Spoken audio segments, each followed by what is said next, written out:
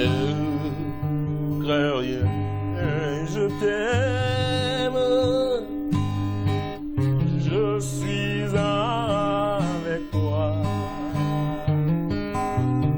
Mon Messie suprême qui soutient ma foi. La sombre vallée n'a plus de terreur. L'âme consolée, je marche avec mon sauveur. Non, non, non, non, jamais tout seul, sans Jésus, non, jamais tout seul. Jésus, mon sauveur, me garde, jamais ne me laisse seul. Shalom divin, une fois de plus, peuple de Dieu, nous vous présentons toutes nos excuses pour l'incident de tout à l'heure. Ce sont les inconvénients du direct. Nous vous rappelons que nous diffusons en direct de Yaoundé sur Excel Discovery Télévision, la télévision de l'excellence. Alors, nous étions en train de présenter nos invités. Il est déjà là, il est bien installé, c'est un docteur, un enseignant de la parole. Nous avons l'habitude de le présenter comme étant l'un des plus jeunes docteurs de sa génération. Alors, homme de Dieu, révérend docteur, pasteur, Laté Daniel, bonjour. Bonjour, homme de Dieu. C'est un plaisir pour moi d'être une fois de plus au milieu de vous pour servir nos fidèles téléspectateurs qui, au jour le jour, deviennent de plus en plus nombreux. Nous leur disons déjà merci parce que c'est grâce à eux que nous sommes là chaque matin pour faire leur bonheur. Nous saluons une fois de plus tous ceux qui nous suivent à travers le monde, surtout via nos plateformes Internet, Facebook et YouTube. Nous demandons déjà à tous nos fidèles téléspectateurs de s'abonner, de continuer à partager, de commenter, de nous envoyer leurs impressions, surtout leurs propositions pour que nous continuions à améliorer nos différents programmes. À ceux qui viennent de nous rejoindre, que vous soyez à la maison, à la cuisine, dans la voiture ou alors en plein travail, nous vous donnons déjà un shalom divin et nous croyons avec l'aide du Saint-Esprit que nous serions pour vous ce matin une grande bénédiction. Soyez bénis. Amen. Nous rappelons à nos chers téléspectateurs que l'émission est interactive. Eux aussi qui sont à la maison sont nos invités. Vous pouvez appeler, vous pouvez envoyer des messages via Facebook, via WhatsApp ou bien même par un canal normal. Alors, n'hésitez pas à le faire. Nous allons vous prendre en direct. Nous allons lire tous vos messages ici sur le plateau. Il est déjà là, exégète de la parole, enseignant. Je ne sais pas si on peut l'appeler christologue parce qu'il aime parler de Christ crucifié et ressuscité. Pour d'autres, dans un autre jargon, on peut l'appeler christologue, on peut l'appeler rhématologue, on peut lui donner tous ces noms, mais c'est tout cela, c'est la grâce que le Seigneur Jésus-Christ, la Bible dit que nous portons cela dans des vases en terre. Alors, on peut l'appeler grassologue, qui fait dans la grassologie. Si les autres sont appelés, non, on ne va pas aller très là. Il est là, bien installé. Les révérends pasteur Rose Mazambo, homme de Dieu, bonjour. Vraiment, franchement, vous me faites rire. Parce que le voyant, il a en même temps a envie de parler, a envie de s'arrêter.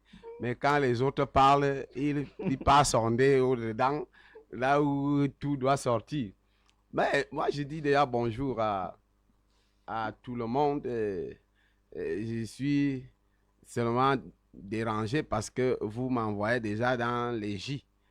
Dans les J, parce que les grassologies, les pédagogies, les christologies, et tout ce que vous voyez, bon, les rhématologies, donc finalement, et même les les ismes.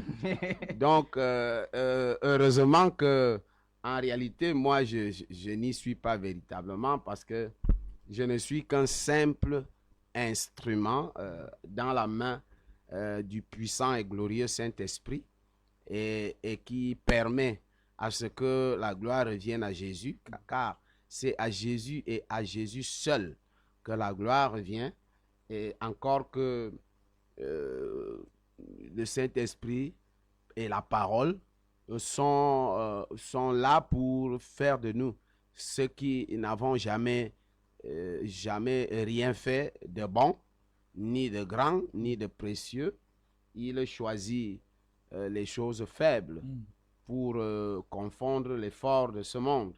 Nous bénéficions par là de cette grâce. C'est pourquoi la grâce, quand vous voyez, quand je parle de grâce, je n'ai aucune réserve. C'est pour ça qu'on vous a appelé Grassolo. Parce que la grâce est un miracle, c'est un mystère qui dépasse l'entendement humain. Parce que personne ne peut expliquer la grâce. Personne. Et c'est pourquoi je vous dis toujours que il n'y a que la grâce elle-même pour expliquer la grâce. Donc, je dis bonjour à beaucoup de personnes. Je dis bonjour à ma belle famille qui est en ce moment au Tchad et qui de temps en temps trouve aussi un peu de temps pour suivre les missions à partir du Tchad là-bas. Je voudrais saluer ma belle-mère qui est là-bas, qui a voyagé et qui est là-bas pour un temps. Je voudrais saluer mes belles sœurs qui sont là-bas et mon beau-frère qui est David à Larsinga. Et je voudrais leur dire vraiment bonjour, un coucou pour que vous soyez en contact avec nous, que le Seigneur puisse vraiment vous garder, vous protéger et que le Seigneur fasse luire sa face sur chacun de vous et que ici au plateau, nous pensons à vous et nous bénissons également ma fille qui est à Malabo. Et je voudrais lui dire, lui faire un coucou ce matin pour que le Seigneur vraiment multiplie abondamment ses faveurs dans ta vie pour que tu sois désormais un élément sur qui le Seigneur peut compter de ce côté pour sa gloire. Et je vais donc aussi vous saluer parce que être en face des imminents hommes de Dieu, et nous autres, nous avons ce privilège. C'est un grand privilège pour nous. Et je bénis tout le monde. Je dis merci pour mon fils Brice Lambeau, qui est le chef de son patron et qui fait du bon travail là-bas. Soyez bénis, et tout le monde, à tous nos chers téléspectateurs, soyez bénis. Alors, aujourd'hui, vous allez regarder les micros. Cette semaine, nous parlons de la politique. Et c'est un thème qu'on n'aime pas beaucoup aborder dans nos assemblées, de peur de se retrouver en train de dire qu'on se mêle à des affaires du pouvoir, de peur qu'on nous dise que la politique aux politiciens, l'Église, et d'ailleurs, il y a de cela quelque temps, un homme d'église est intervenu quand il y avait des problèmes au Cameroun. Il y a un ministre, un homme d'État aussi, un homme d'église ou bien un homme d'église qui a parlé, et un homme d'État qui lui a dit, qu'il a ramené, lui a dit la politique aux politiciens, l'église, aux églises, aux hommes d'église. Alors, c'est un sujet qui n'est pas beaucoup d'actualité, même quand on veut. Bon, on a vu quand même un homme de Dieu se présenter comme un candidat aux élections présidentielles de passé. Mais pourquoi les hommes de Dieu ne l'ont pas voté? Eh bien, je ne peux pas entrer dans leur cœur. Et là, ça sera vraiment difficile, ou alors ça sera même de la prétention de vouloir parler de ce que l'on ne peut vraiment pas prouver. Mais tout de même, je sais que ce dont je suis au moins sûr, c'est que la politique fait un peu peur à l'Église. Pas petit peur, la politique fait peur. Fait peur au corps de Christ. À l'Église, je ne sais pas si c'est l'Église corps de Christ ou bien l'Église, bon, je ne sais pas. L'Église corps de Christ. Oui. Et J'ai dit que l'église corps de Christ. Je ne oui, sais pas. est-ce qu'il y en a deux? Bon, il y a deux. Il y a l'église corps de Christ Et et l'église religieuse. Mm.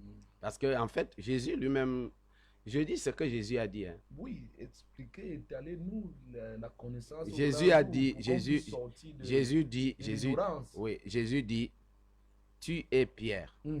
Et sur cette pierre, je bâtirai mon église. Mm.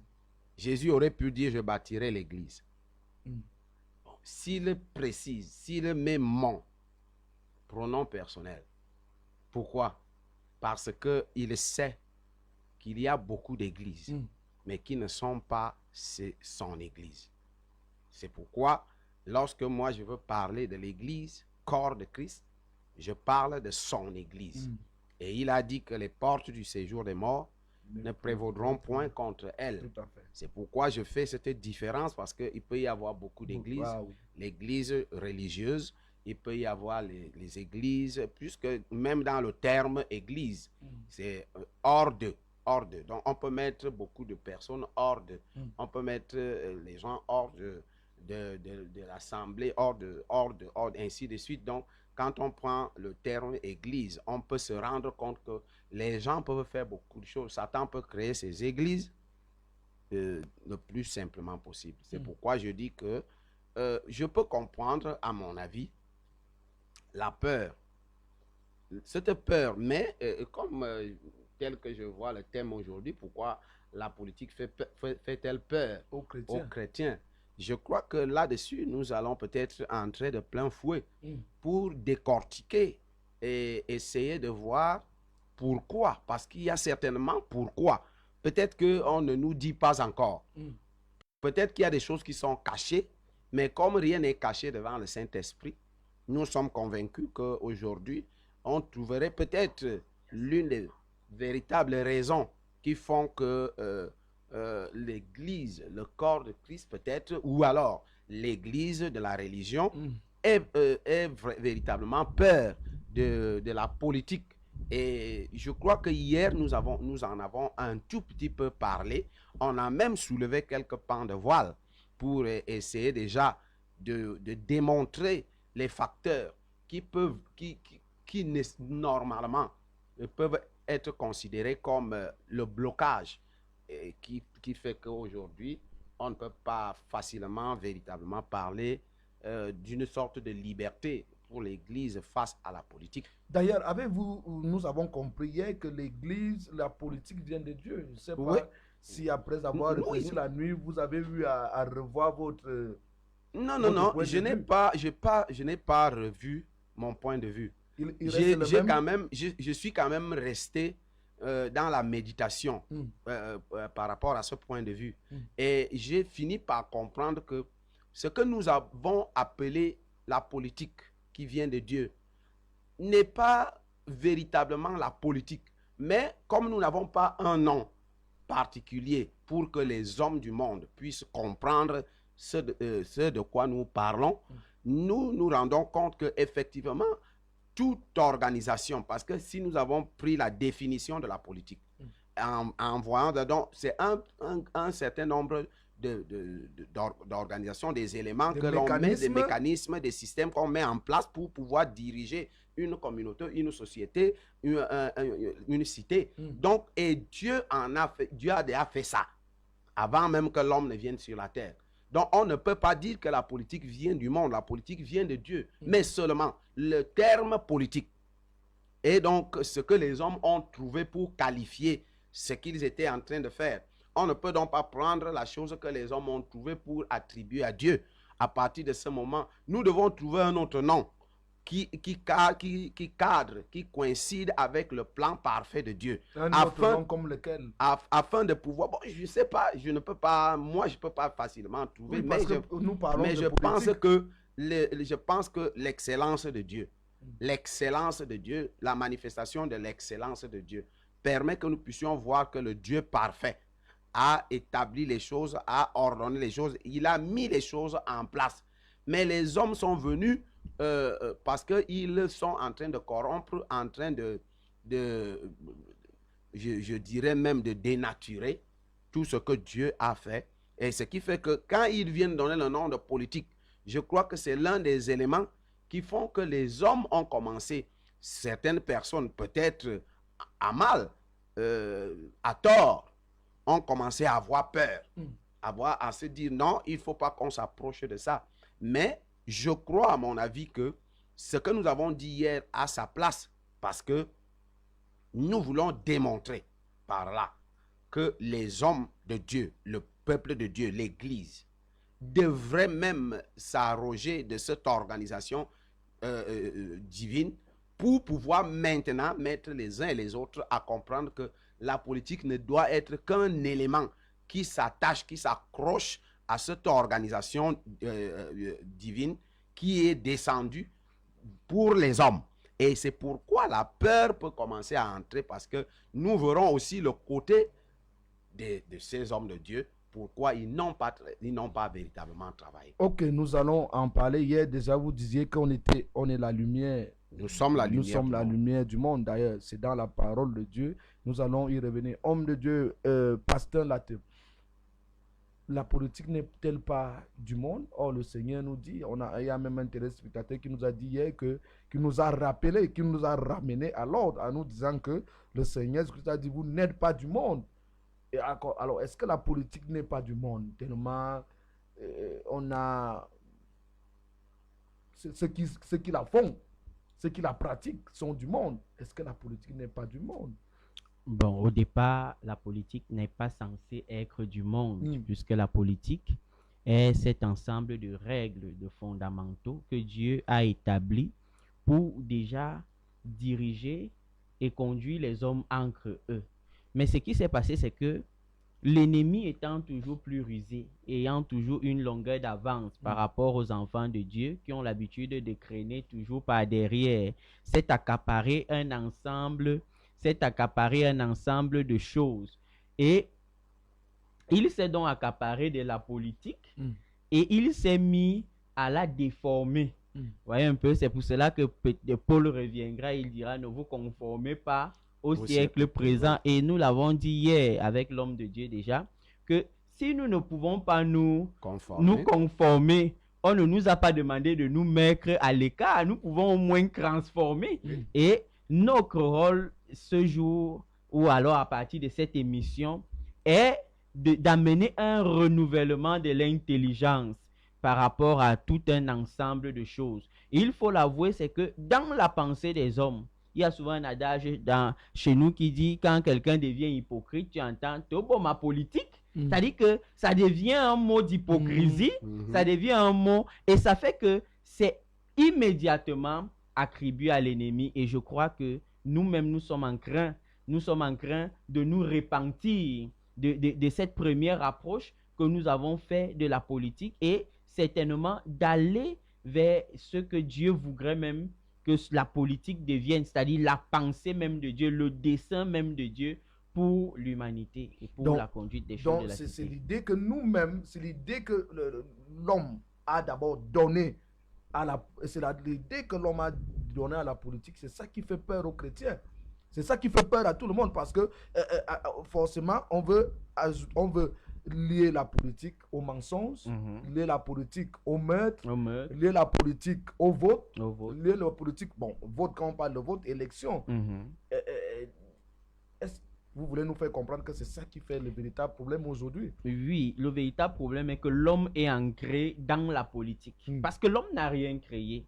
La manière dont l'État est géré, les premières lois ont toujours été inspirées même de la Bible, de la parole de Dieu. C'est-à-dire que les hommes se sont assis pour prendre d'un peu de ce que Dieu a dit. Ils ont vu comment Dieu a marché avec le peuple d'Israël et tout un ensemble de lois, de prescriptions, d'ordonnances que Dieu avait données à ce peuple. Et c'est sur ce modèle que les hommes se sont bâtis, se sont organisés. Mais ils l'ont déformé au fil des temps. Ils l'ont déformé au fil des années, au fil des siècles, au point où la politique est devenue essentiellement une machination diabolique.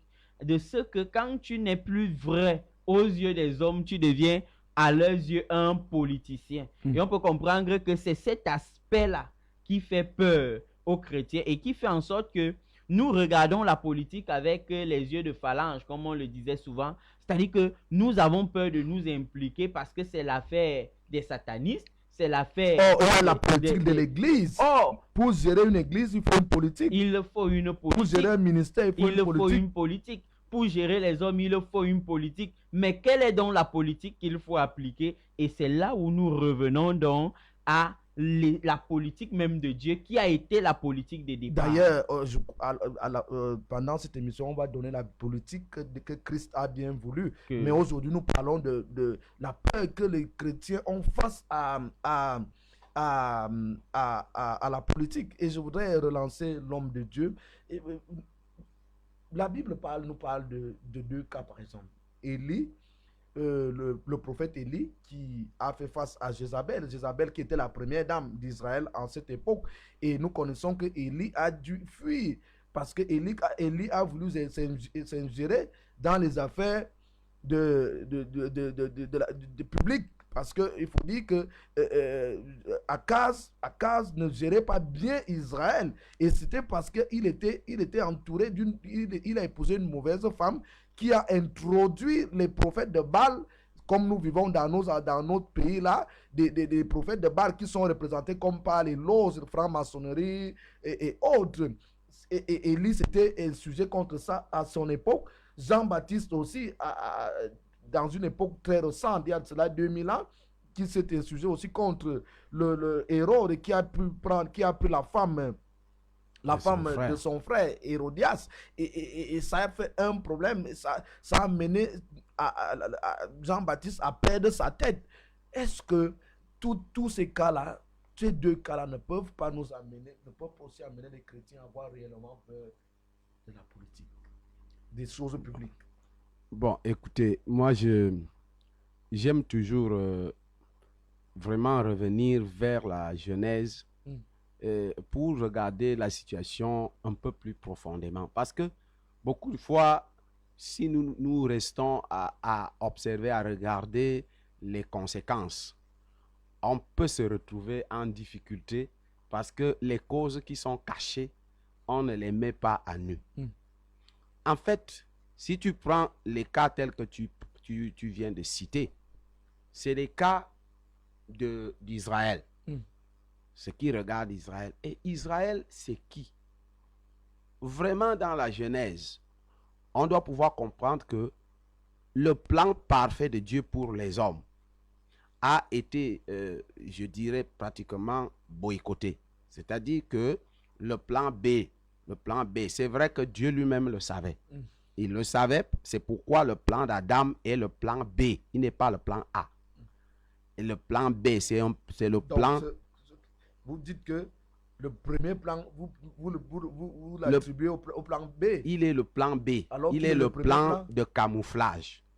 Dieu a camouflé. Vous voulez nous faire comprendre que au lieu de sortir son plan A en première position, Dieu a sorti le plan B. Puisqu'il a vu, il connaissait. Il est le Dieu qui connaît la fin de la chose avant son commencement. Donc, on a commencé par la liste d'attente. Il a commencé par la liste d'attente avant la vraie liste. Avant la vraie liste. Voilà. Donc, il a placé au devant de l'ennemi parce que l'ennemi est tombé dans son propre piège. Et Dieu a donc maintenant ramené la chose. Donc, tout ce qui s'est passé à cette époque était l'ombre. C'est-à-dire quoi? L'ombre ici doit nous rappeler que lorsque nous venons parler, par exemple, des chrétiens qui ont peur de la politique, mais les chrétiens, c'est qui? Ça, c'est d'abord là le problème. Parce que en fait, nous sommes... On n'a pas pu véritablement parler du chrétien hier. Nous sommes tout à l'heure, quand tu as lancé l'émission, tu disais des choses qui devraient attirer notre attention.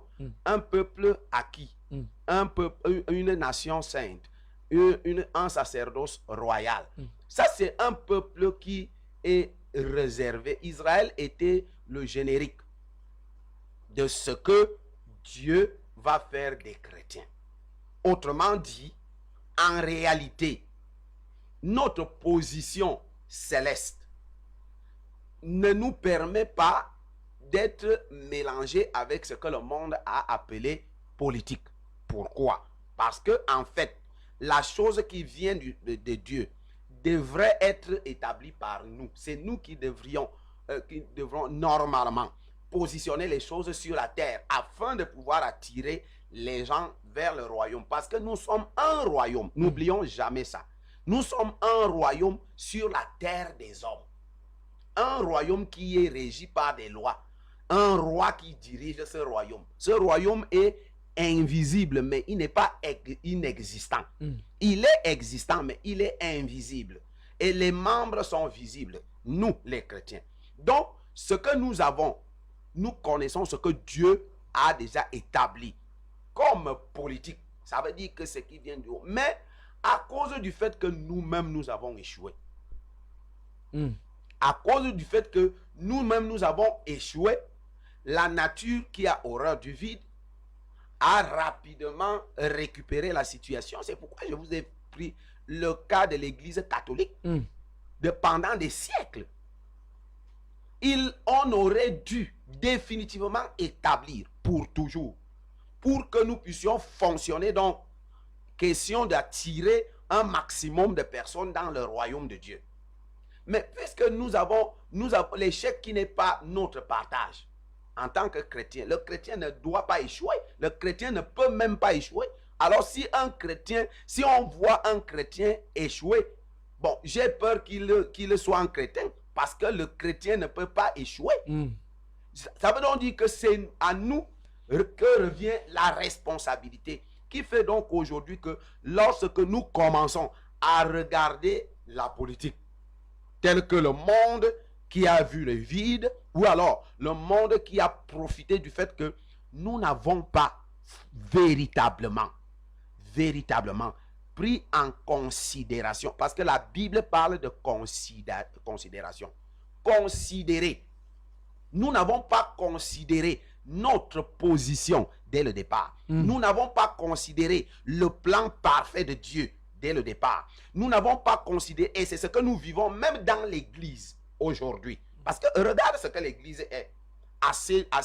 Pourquoi l'église n'arrive pas elle-même à se positionner déjà dans le parfait fonctionnement pour être le sel de la terre, pour être la lumière du monde? Parce que nous ne considérons pas véritablement ce que Dieu a fait. Et c'est pour ça que nous avons échoué sur le plan de la gestion de ce monde, de la terre, des hommes qui sont sur la terre. Et par là, le monde satanique a récupéré la politique et ils se sont établis. Et dès qu'ils ont vu que l'église ne peut plus rien dire, le pape qui a pris les choses à cette époque, il a introduit, c'est pourquoi 95 termes seront dévoilés par Martin Luther. 95 termes qui vont faire en sorte que, et il démontre que ce que l'église devrait être est totalement détourné. Et on faisait n'importe quoi. Au point de dire que si quelqu'un veut avoir la vie éternelle, il faut qu'il achète un petit morceau d'un document, on appelait ça, je ne sais pas comment on appelait, un petit morceau de truc que tu dois acheter pour avoir la vie éternelle. Donc, tu auras le pardon des péchés. Donc, quand nous regardons toutes ces abominations, ont pris l'église en otage. Et quand les abominations qui sont les ténèbres a envahi cette sorte d'église qui n'était pas forcément le corps de Christ. Je suis désolé de le dire. Et ça donc fait que quand véritablement le corps de Christ veut encore se repositionner petit à petit, progressivement, il trouve que le monde est totalement envahi par ce qu'ils appellent la politique. Et quand on va regarder maintenant un peu comme l'homme de Dieu était en train de dire tout à l'heure, c'est déjà vraiment pratiquement assimilé à l'hypocrisie, au meurtre, à des tueries. Prends le cas des États-Unis. C'est les enfants de Dieu qui ont découvert les États-Unis et qui ont même pratiquement bâti les États-Unis, qui ont créé les États-Unis. C'est les enfants de Dieu. Mais regarde ce qui se passe aux États-Unis. Le président jure sur la Bible. Même quand tu regardes le dollar, il y a des choses qui sont liées à la volonté de Dieu. Mais les États-Unis aujourd'hui, on peut le dire à haute voix, est le lieu le plus sataniste du monde à ce moment. vous êtes responsable. de Non, ce non, que vous non, êtes en train moi de je, dire. je n'ai pas peur de le dire. Et comprenons donc que à l'heure actuelle, les hommes de Dieu, le corps de Christ, a de la peine à pouvoir manifester la lumière qu'il doit normalement présenter pour que dans la politique, le repositionnement soit fait. Et c'est pourquoi nous voyons beaucoup de personnes ont peur de s'engager dans la politique.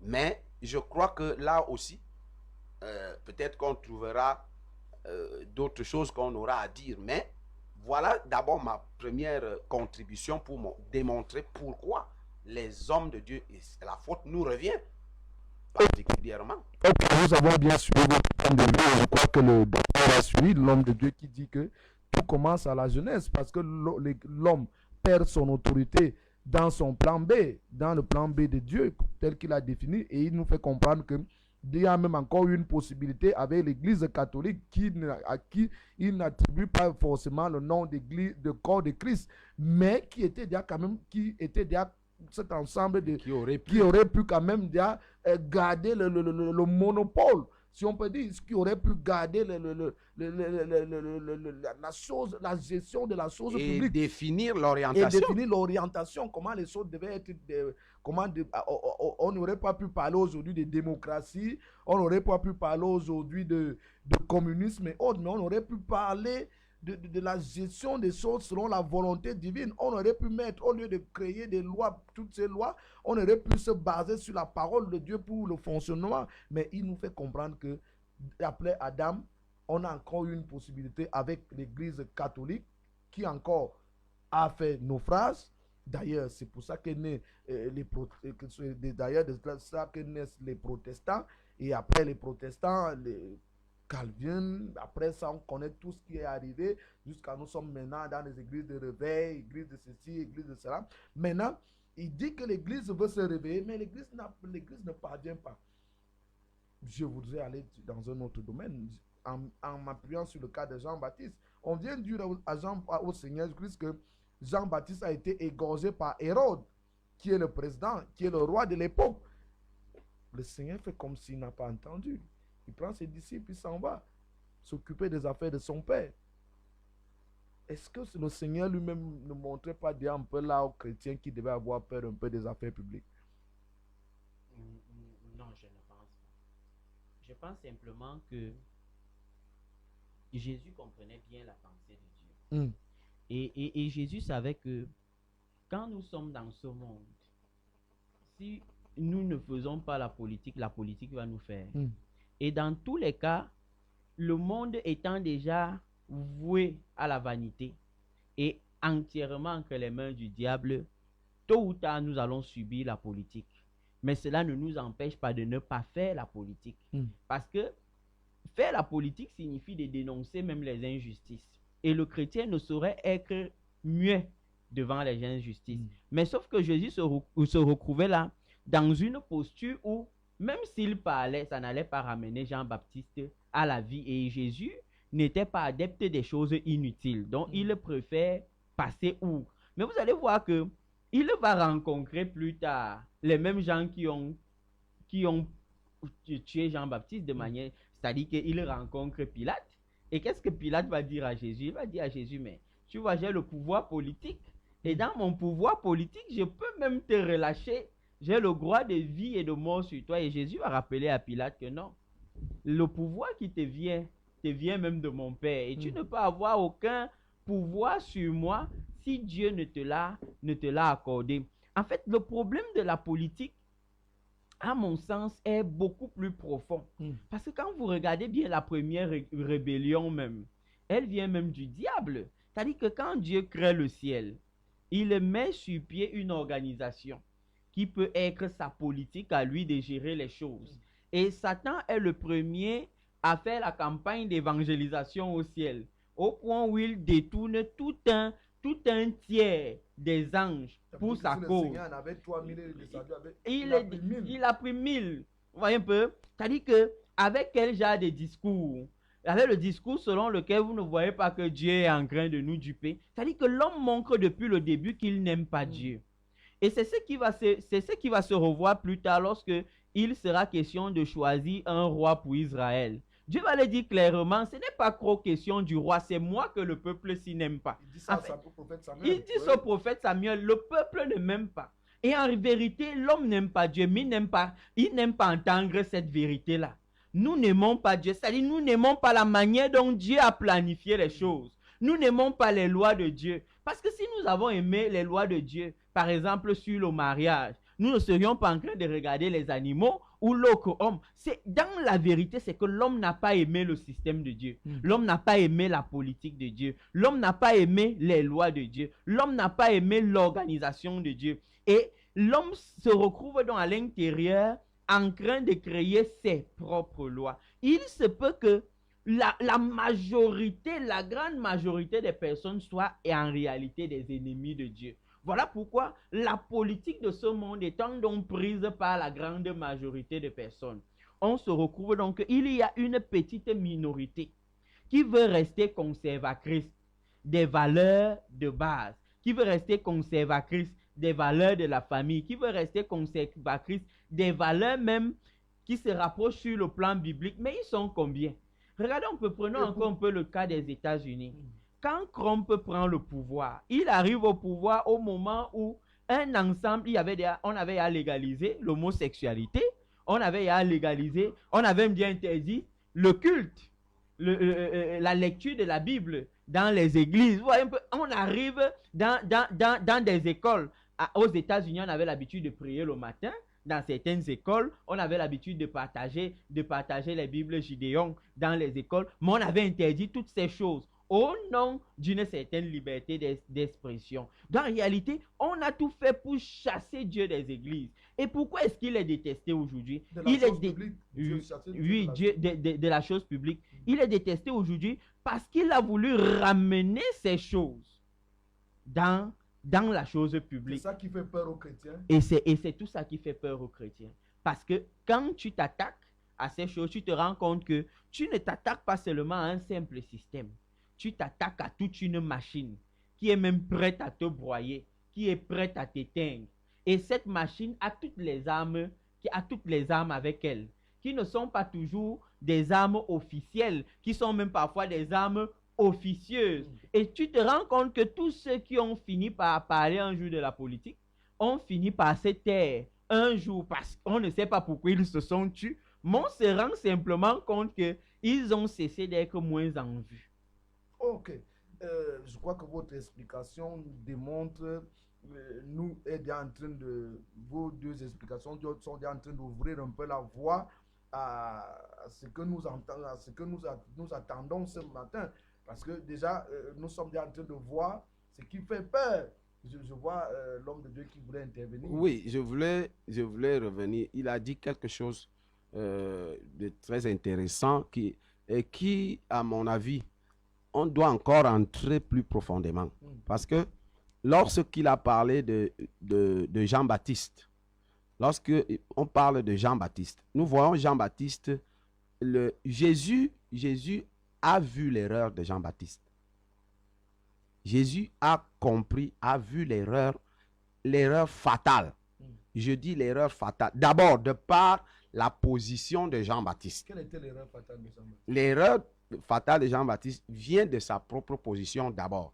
Parce que Jean-Baptiste n'est ni le dernier du royaume, ni le premier du royaume.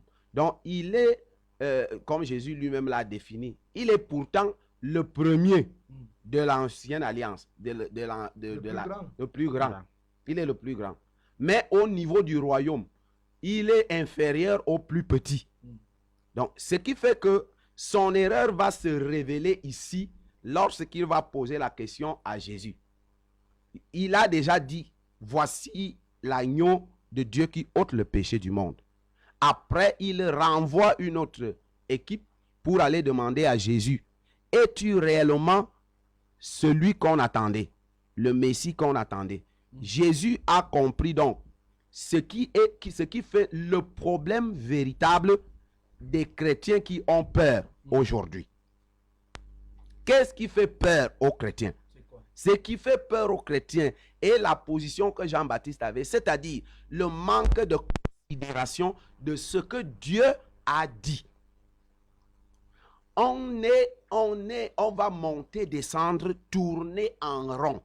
Tant que l'homme ne considère pas au plus haut degré, au dernier degré, ce que Dieu a dit, il ne peut rien faire. Parce que Jean-Baptiste va répercuter, va révéler quelque chose que Dieu lui dit, que Jésus-Christ est l'agneau de Dieu qui ôte le péché du monde.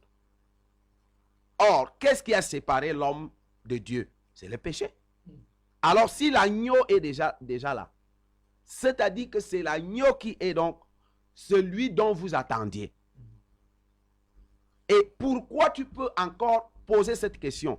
Parce que le vide qui était en Jean-Baptiste, c'est-à-dire le manque de la présence du Saint-Esprit en lui, c'est-à-dire Jean-Baptiste était visité par le Saint-Esprit, mais le Saint-Esprit n'habitait pas en lui parce qu'il n'était pas né de nouveau. Et tu vois donc que beaucoup de chrétiens aujourd'hui sont des chrétiens, des pseudo-chrétiens qui ne sont pas nés de nouveau. Tu vas trouver dans certaines assemblées, certaines églises, certaines dénominations, tu ne trouveras jamais un enseignement de la nouvelle naissance ou de la nouvelle création. Quelle sorte de chrétien donc on peut former dans le monde capable de tenir face au prince de ce monde? Jésus appelle Satan le prince de ce monde. Donc si devant le prince de ce monde, il a des gens qui sont dans l'incapacité de lui tenir tête, ils ne peuvent qu'entrer dans leur peur. C'est pourquoi nous voulons combattre la peur. Et si nous devons combattre leur peur aujourd'hui, il faudrait que nous ramenions les chrétiens à comprendre que la parole de Dieu est la dernière, est la première et la dernière des choses que l'homme doit pouvoir considérer. C'est-à-dire que quand j'ai fini de lire, quand j'ai fini d'entendre ce que Dieu a dit, il n'y a rien, ni dans les cieux, ni sur la terre, ni sous la terre, qui peut changer ce que Dieu a déjà dit. Alors si je me positionne en ça, et c'est ce qui a fait que Jésus soit capable de tenir tête, non seulement à Satan, même devant la politique. Ok, homme de Dieu, vous gardez les micros. Est-ce que faire la politique, c'est toujours critiqué? Parce qu'on voit le même cas. Jean-Baptiste a la femme de son frère. Hérode a la femme de son frère. Jean-Baptiste a son ministère, le Seigneur a le sien. On voit Jean-Baptiste qui se met à critiquer. Ouais. Sa politique, c'est de critiquer. Le Seigneur, sa politique, c'est de contourner cela en posant. Est-ce que, en gérant les choses, en montrant comment on doit gérer, est-ce que faire de la politique, c'est toujours critiquer le système en place ou bien c'est de mettre en place un autre système différent? Non, ça c'est autre chose. Parce que, en fait, la critique même, la critique ne sert de rien. Parce que c'est ça qui doit, c'est ça qui fait peur. La critique ne sert de rien lorsque tu n'as rien à proposer. On peut parler de la critique constructive lorsque tu détiens quelque chose et pour mieux déposer cette chose et la rendre plus efficace, tu peux donc déraciner la première pour démontrer que ça là, c'est ça qui cause problème. Alors voici ce que je vous propose. À ce niveau seulement, on peut prendre peut-être la critique, mais en fait, la politique n'est pas forcément critiquée. D'ailleurs, la politique, c'est ça qui a fait l'échec de la démocratie. Parce que la démocratie a démontré véritablement que ça vient des démons. C'est vous qui le dites. C'est la vérité. La démocratie. Puisque c'est le système luciférien. Satan a critiqué et immédiatement, il a décidé d'élever son trône au-dessus du trône de Dieu. Et tu vois donc que lorsque on peut enlever, tu vas trouver que dans la politique elle-même, parce que ce que je voulais dire, c'est que dans la politique elle-même, qui a été établie selon dans la manière des hommes sur la terre, il y a déjà un désordre, un cafouillage une cacophonie qui s'est installée parce qu'ils ne peuvent rien comprendre. Donc, quand vous viendrez encore avec les termes, peut-être les termes qui sont bibliques et autres, ça ne peut plus cadrer, ça ne peut pas scier. Parce que, en fait, prends par exemple cette affaire de démocratie où tu prends la souveraineté, tu donnes à des milliers de personnes, c'est-à-dire à des millions d'individus qui ne peuvent d'ailleurs pas s'entendre entre eux. Ça veut dire que tu as disséqué, tu as divisé, tu as décapité la souveraineté pour qu'elle n'ait plus de valeur, qu'il n'y ait plus. Donc, le véritable problème de la politique selon le monde, c'est d'enlever le pouvoir là où il doit être pour remettre ça entre les mains de ceux qui peuvent découper ça en mini morceaux. Donc, moi, je pense que la vérité, c'est quoi? La vérité, c'est que Jean-Baptiste a critiqué parce que Jean-Baptiste n'avait pas beaucoup d'autres propositions à faire dans le cadre de la politique. Ok, le pasteur là te va intervenir, mais avant d'intervenir, je vais lire ces réactions de commentaires, ces réactions de Facebook. Il y a Saman Diebo. Bonjour à vous en studio. Je suis avec vous en esprit. Que le Seigneur vous bénisse. Amen. Une fois de plus, bonjour. Lorsque l'auditeur d'hier pense vous ramener à la raison en disant que vous n'êtes pas du monde, pourquoi Dieu a-t-il dit que vous êtes la lumière du monde? Cette lumière doit briller ou auprès de qui pour être la lumière du monde? Implique les nés de nouveau. Cette lumière, il dit, ou auprès de qui pour être la lumière du monde, implique les nés de nouveau. Les nés de nouveau doivent diriger le monde. Pourquoi il n'y ait plus d'injustice? Pour qu'il n'y ait plus d'injustice, encore moins de corruption. Donc pour lui, si j'essaie un peu de dire, oui, que nous sommes la lumière du monde. Du monde, oui. Et que Il revient revient sur ce que nous avons dit hier. Pour ramener un peu le frère d'hier à la raison. Alors, vous aviez la parole. Oui. Je vais vous relancer d'ailleurs après votre intervention. Allez-y. Oui, je voulais aller justement dans son sens. Et dit que quand nous regardons bien la pensée de Dieu, la pensée de Dieu était d'introduire ses enfants dans la gestion des choses de la cité. Regardez bien quand Dieu choisit Joseph. Il enlève Joseph de sa famille et il l'envoie en Égypte avec déjà pour ambition de le mettre au cœur des choses politiques. Pour que, parce qu'il n'y a qu'un enfant de Dieu respectant de la parole de Dieu, tel que le docteur le disait tout à l'heure, qui peut restaurer même la volonté de Dieu dans les choses de la cité. Et c'était ça le plan de Dieu.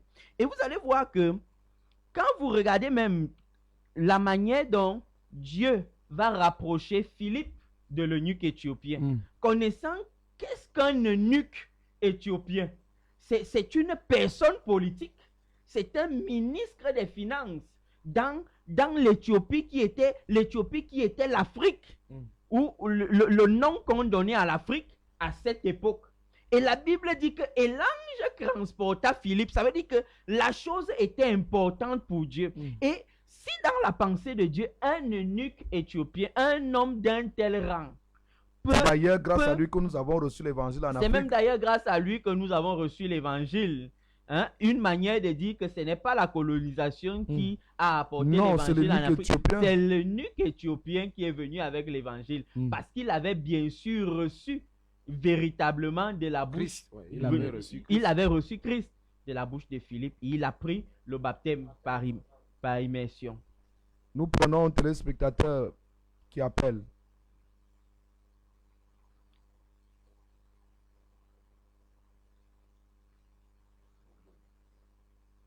Volume. Où tu mets le haut-parleur.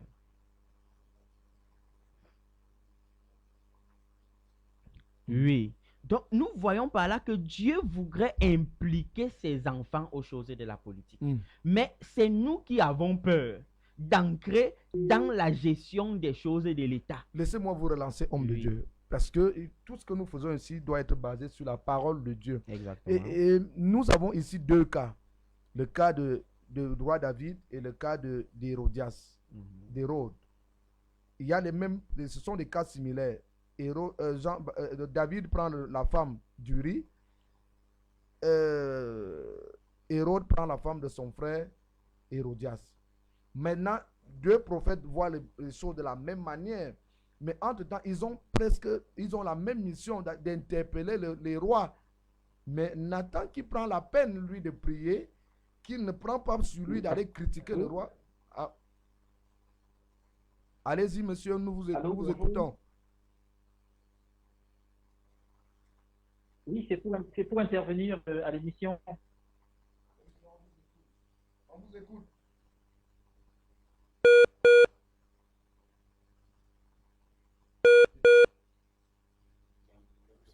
Connexion, oui, je pense que il a. Ouais. Revenons à ta question tout à l'heure. Vous allez vous rendre compte. Nathan qui a pris la peine de demander la sagesse à Dieu pour aller, qui a pris la peine d'aller demander la sagesse à Dieu pour parler au roi. Et Jean-Baptiste qui se lève d'une manière audacieuse pour aller s'adresser au roi pour les mêmes causes. Nous avons vu que dans le cas de Jean-Baptiste, sa tête a été coupée. Dans le cas de Nathan, le roi s'est repenti. Est-ce que ce n'est pas notre manière aussi, notre audace dans nos églises qui nous amène aussi au lieu? Parce que nous avons les yeux sur les choses parfois de sexe, de ceci, alors que la chose publique est là. Un roi peut être bien, pas dans le cas d'Hérode. On ne nous dit pas que Hérode dirait mal la cité. Peut-être Hérode dirait bien la cité, mais il n'a juste pris la femme. Est-ce que nous aussi, notre audace ne nous amène pas parfois dans des sujets où Dieu ne nous attend pas? Bon, moi, mon avis est autre. Moi, je pense que le problème là, c'est la qualité du roi. Vous voyez que Dieu dira de David qu'il était l'homme selon son cœur. Et vous savez, ce n'est pas tous les hommes qui acceptent la vérité. Il n'y a qu'un homme né de nouveau qui peut accepter la vérité et s'incliner devant la vérité. Mais quand on n'est pas né de nouveau, on est orgueilleux par essence. Et Hérode l'était. Certainement, c'est pour ça que la vérité l'a beaucoup dérangé. Et vous vous rendez compte que c'est vrai, Nathan a choisi la meilleure méthode, la meilleure manière. Mais il aurait même pu être tué, même s'il était tombé sur un mauvais roi. Parce que le roi avait cette latitude. On disait, malheur au prophète qui apporte la mauvaise nouvelle. Mais David a transformé ce verset, c'est-à-dire que le prophète même qui apporte la mauvaise nouvelle, s'il vient... Un téléspectateur. Oui, bonjour. Vous êtes en direct. Oui, bonjour, merci, je m'appelle Willy. Je suis votre émission sur Facebook. Et le thème m'intéresse beaucoup, le chrétien et la politique. Donc, je dis déjà bonjour à tous les panélistes, notamment l'artiste Ronce, que j'aime beaucoup. Je suis chrétien et je m'intéresse beaucoup à la politique. D'accord? Je m'intéresse beaucoup à la politique. Je sais qu'il y a un débat, en fait, qui est en cours dans l'église. Si le chrétien doit se mêler à la politique, c'est un débat, c'est un vif sujet au sein de l'église. Mais ma position est la suivante. Mon opinion est la suivante. Moi, je me dis, je me positionne que non seulement chrétien, mais citoyen dans un pays. C'est-à-dire, quand on vit dans un État, dans une nation, on est d'abord citoyen de cet État-là. Et donc, on doit se conformer aux réglementations de l'État dans lequel on vit. D'accord? Donc, du politique. Donc, pour moi, faire de la politique, pour moi, la question de savoir si un chrétien doit faire de la politique, moi, je répondrais par l'affirmative, par oui. De se dire, en tant que chrétien, on ne peut pas laisser prospérer des injustices que l'on voit dans le monde. Certes, le Christ va faire. Certes, le Christ dit, il va combattre pour nous, il va faire des choses pour nous, parce que tout a déjà été prévu d'avance. Mais je pense que nous, on ne doit pas laisser prospérer les injustices, prospérer la misère, prospérer le malheur dans le monde. Si, en tant que chrétien, j'ai moyen, en fait, pour mes frères ou pour mes sœurs, j'ai moyen de venir en aide, j'ai moyen de faire quelque chose, pourquoi je ne le ferais pas? Si politiquement je peux intervenir sur une situation pour que ça arrange le bien de la communauté, le bien de la nation, pourquoi je ne le ferai pas? Est-ce que je devais attendre que Christ le fasse? Non. Peut-être c'est aussi une mission. Est-ce que c'est peut-être aussi une mission à laquelle je suis assigné en tant que chrétien, d'apporter, de rétablir un peu de l'ordre dans la société ou dans le milieu dans lequel je me trouve. Donc pour moi, un chrétien doit s'impliquer. Je dis ça pourquoi? Parce que on a vu dans l'histoire que l'histoire américaine, notamment aux États-Unis, pour faire reculer les injustices, notamment sur la la discrimination raciale et l'avancée des droits civiques, on a vu que c'est un pasteur, Martin Luther King, c'est un pasteur qui a dû mener ce combat-là pour que les Noirs américains aient un petit semblant de droit aujourd'hui, de droit civique aujourd'hui, c'est-à-dire des avancées en termes démocratiques, en termes de vote, de droit de vote, de droit à la citoyenneté américaine pour les Noirs. C'était grâce à un pasteur noir aux États-Unis, Martin Luther King. Donc s'il n'avait pas fait, s'il était resté les bras croisés, certainement qu'aujourd'hui, peut-être, nous sommes encore, on vit encore les discriminations comme dans les années 60, 70. Est-ce que vous comprenez ce que je veux dire? Donc pour moi, cette question-là, elle mérite d'être débattue dans les églises. Elle mérite d'être débattue dans les églises. Et je pense qu'il faut apporter plus de clairvoyance, en fait. D'accord? Je sais qu'on a tendance à faire peur aux chrétiens. On a tendance à faire peur aux chrétiens, même à l'homme en général, de savoir que la politique, non, c'est des choses bizarres, il ne faut pas s'y mêler, il ne faut pas rentrer, c'est des choses... Je pense qu'avec un peu de prière, si vraiment on est fermement entré dans la prière, on peut très bien, pour moi, on peut très bien s'engager en politique en tant que chrétien. Donc, c'est mon avis à moi. Je ne sais pas si ce que vous en pensez, mais c'est mon avis à moi. Ok. C'est Willy depuis la France, n'est-ce pas? Oui, oui. Ok, merci pour votre intervention qui est venue juste appuyer ce que les hommes de Dieu sont en train de dire ici. Nous étions en train de dire réellement que la politique, ce n'est pas critiquer la politique parce que on a pris le cas de Jean-Baptiste et de Jésus. Le Seigneur était là, mais dans son ministère, il a choisi de faire la politique autrement. Jean-Baptiste, lui, il a choisi de critiquer. Alors les chrétiens ne doivent pas critiquer. C'est ça que vous voulez nous dire? Tout à fait. Exactement cela. Et aussi une chose, par exemple, si on prend le cas de pays dans lequel notre pays, le Cameroun, d'accord, moi je pense que l'Église a un rôle fondamental à jouer au sein de l'opinion, au sein des fidèles chrétiens. L'Église a un rôle fondamental à jouer. Pour moi, souvent, je vis dans un pays où les gens ne croient plus en Dieu, d'accord? On ne croit pas en Dieu en France. C'est plus une religion d'État comme avant, donc du coup les gens, chacun croit à ce qu'il veut aussi là, d'accord?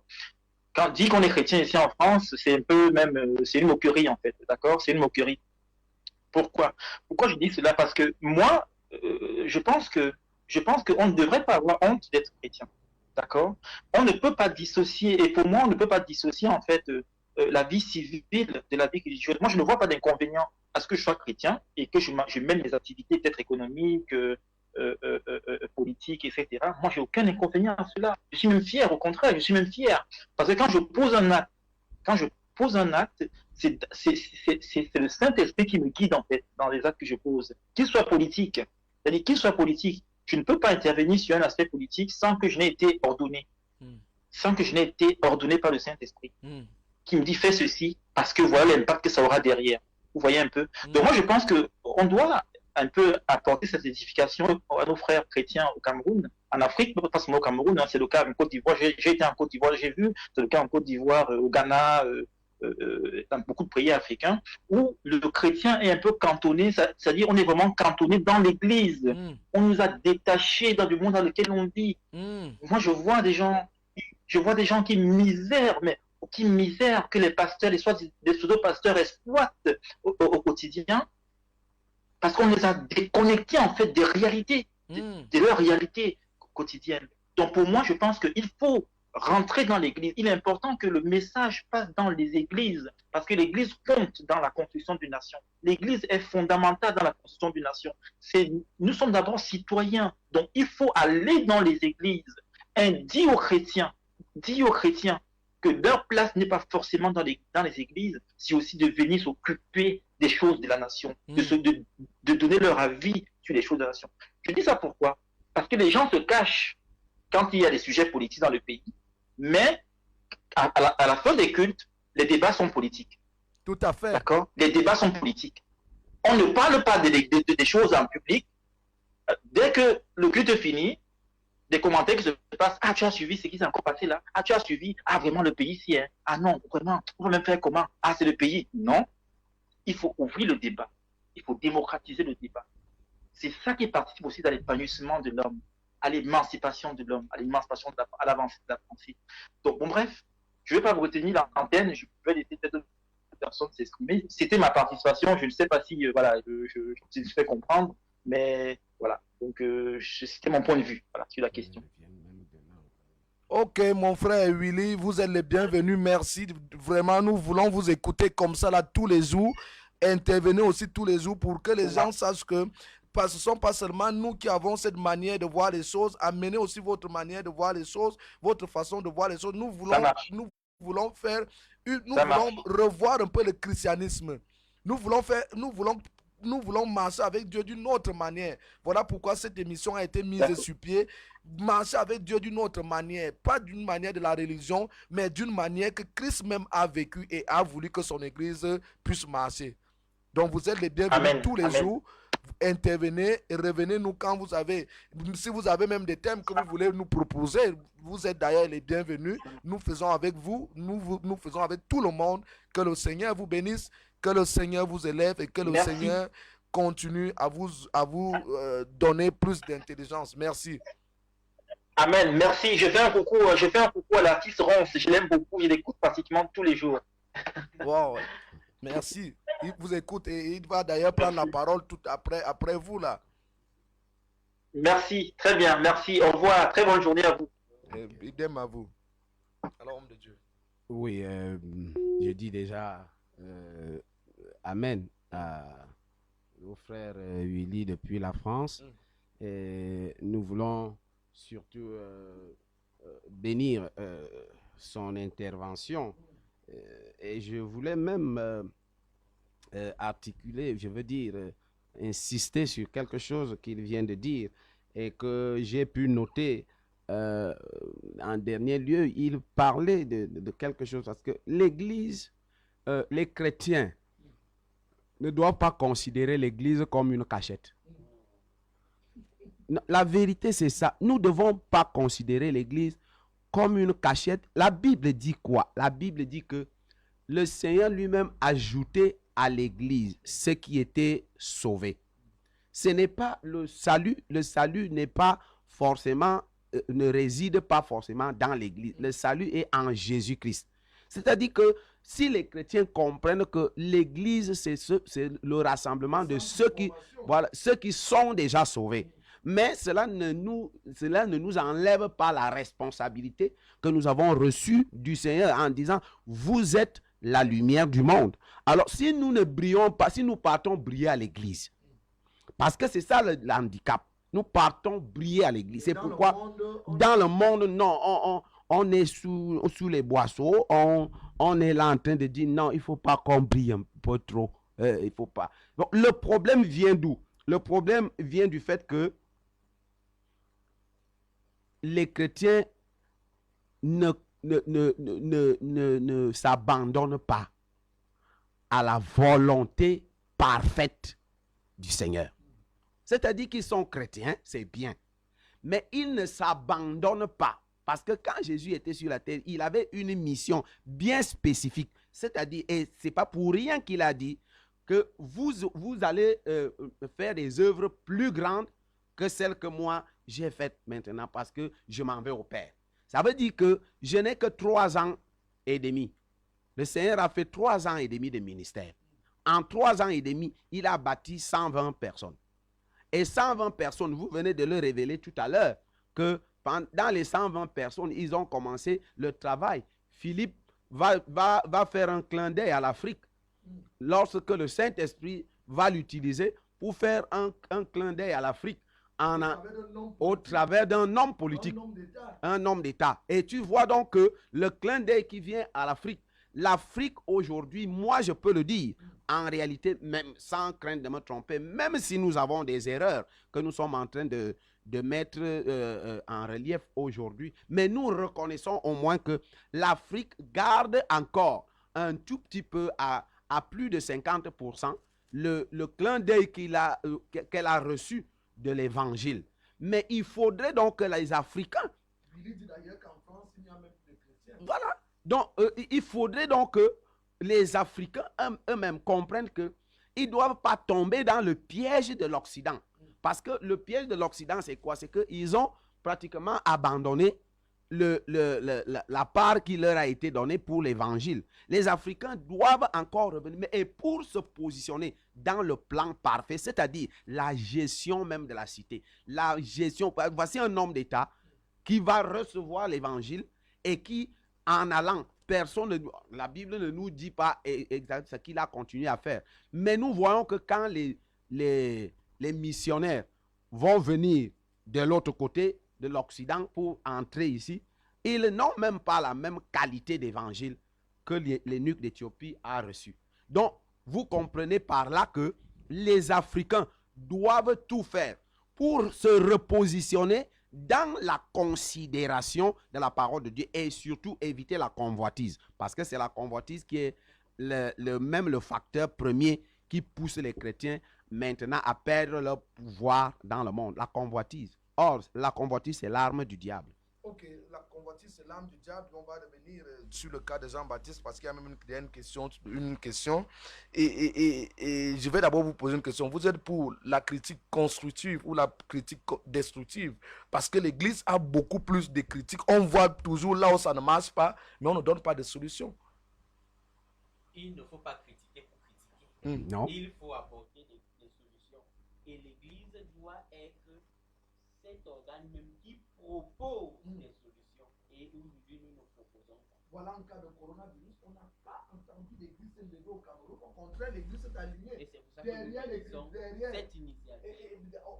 Oui, on parle de ce que l'État considère comme étant l'Église. Oui, ils ne sont pas levés pour dire que voilà ce que nous proposons. On propose peut-être un culte, on propose. Ils ont dit que respecter les mesures gouvernementales. Alors, il y a une question de ce téléspectateur qui dit bonjour et shalom maison de Dieu. J'aimerais avoir plus de compréhension par rapport à Jean-Baptiste. Il a repris ouvertement Hérode pour critiquer. Bref, je veux la différence entre critiquer et reprendre. Est-ce que Jean-Baptiste a repris Hérode ou bien il a critiqué Hérode? Il faut d'abord savoir que Jean-Baptiste se retrouve sur le territoire d'Hérode. Et à partir de ce moment-là, on dit souvent que toute vérité n'est pas bonne à dire. Et de ce fait, il a peut-être repris ouvertement, mais sous le regard d'un chef, il l'a critiqué. Et même devant certainement ses subalternes. Et un chef ne permet pas cela. Vous comprenez? Et le Seigneur, d'ailleurs, dans 1 Samuel, c'est pour ça que nous avons besoin de la sagesse. Même si, supposons que vous êtes dans une entreprise et Dieu vous parle de votre patron, ou bien vous avez eu à voir certaines de ses lacunes, certains de ses manquements, vous n'irez pas dire, mais patron, vous faites ceci, vous faites cela. Le cas de Joseph, Daniel n'a jamais dit à Nebuchadnezzar, le Dieu que tu sers. Il disait, roi, tu me permets de te dire quelque chose? Je voudrais, si vous le permettez, permettez que je vous dise quelque chose. Et nous avons besoin de la sagesse pour parler même aux autorités. Parce que il peut même arriver que Dieu place un chrétien devant une autorité.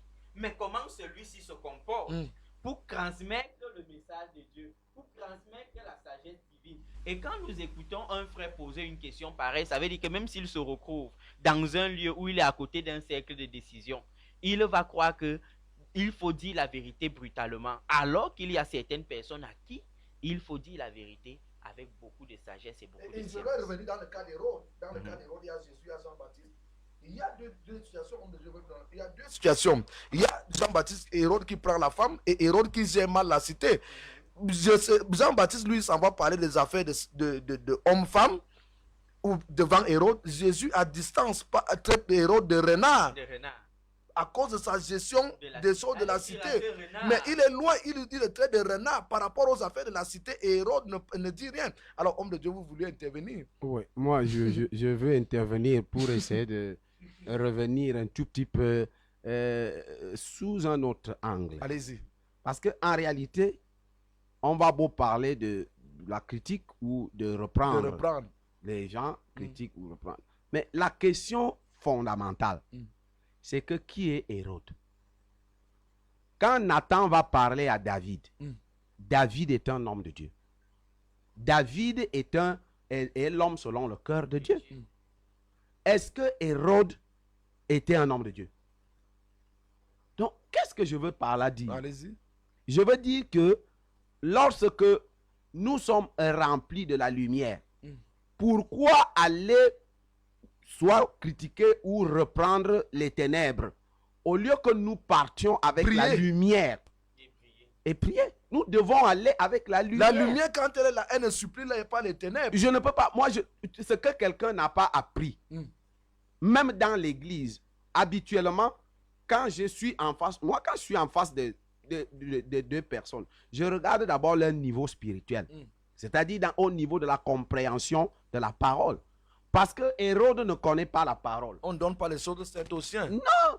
Alors, donc, quand un homme de Dieu, et c'est ça qui cause donc, qui fait aussi l'un des problèmes qui pousse les chrétiens à avoir peur. Parce que le fait de penser que nous avons la lumière, et c'est nous qui devons venir vous dire que vous gérez mal. Je vois les hommes politiques, les gens sont en train de crier par-ci, par-là. Non, tel est homme politique, il viendra sauver le peuple, il viendra et puis on insulte le président qui est déjà établi. La parole de Dieu dit que toute autorité vient de Dieu.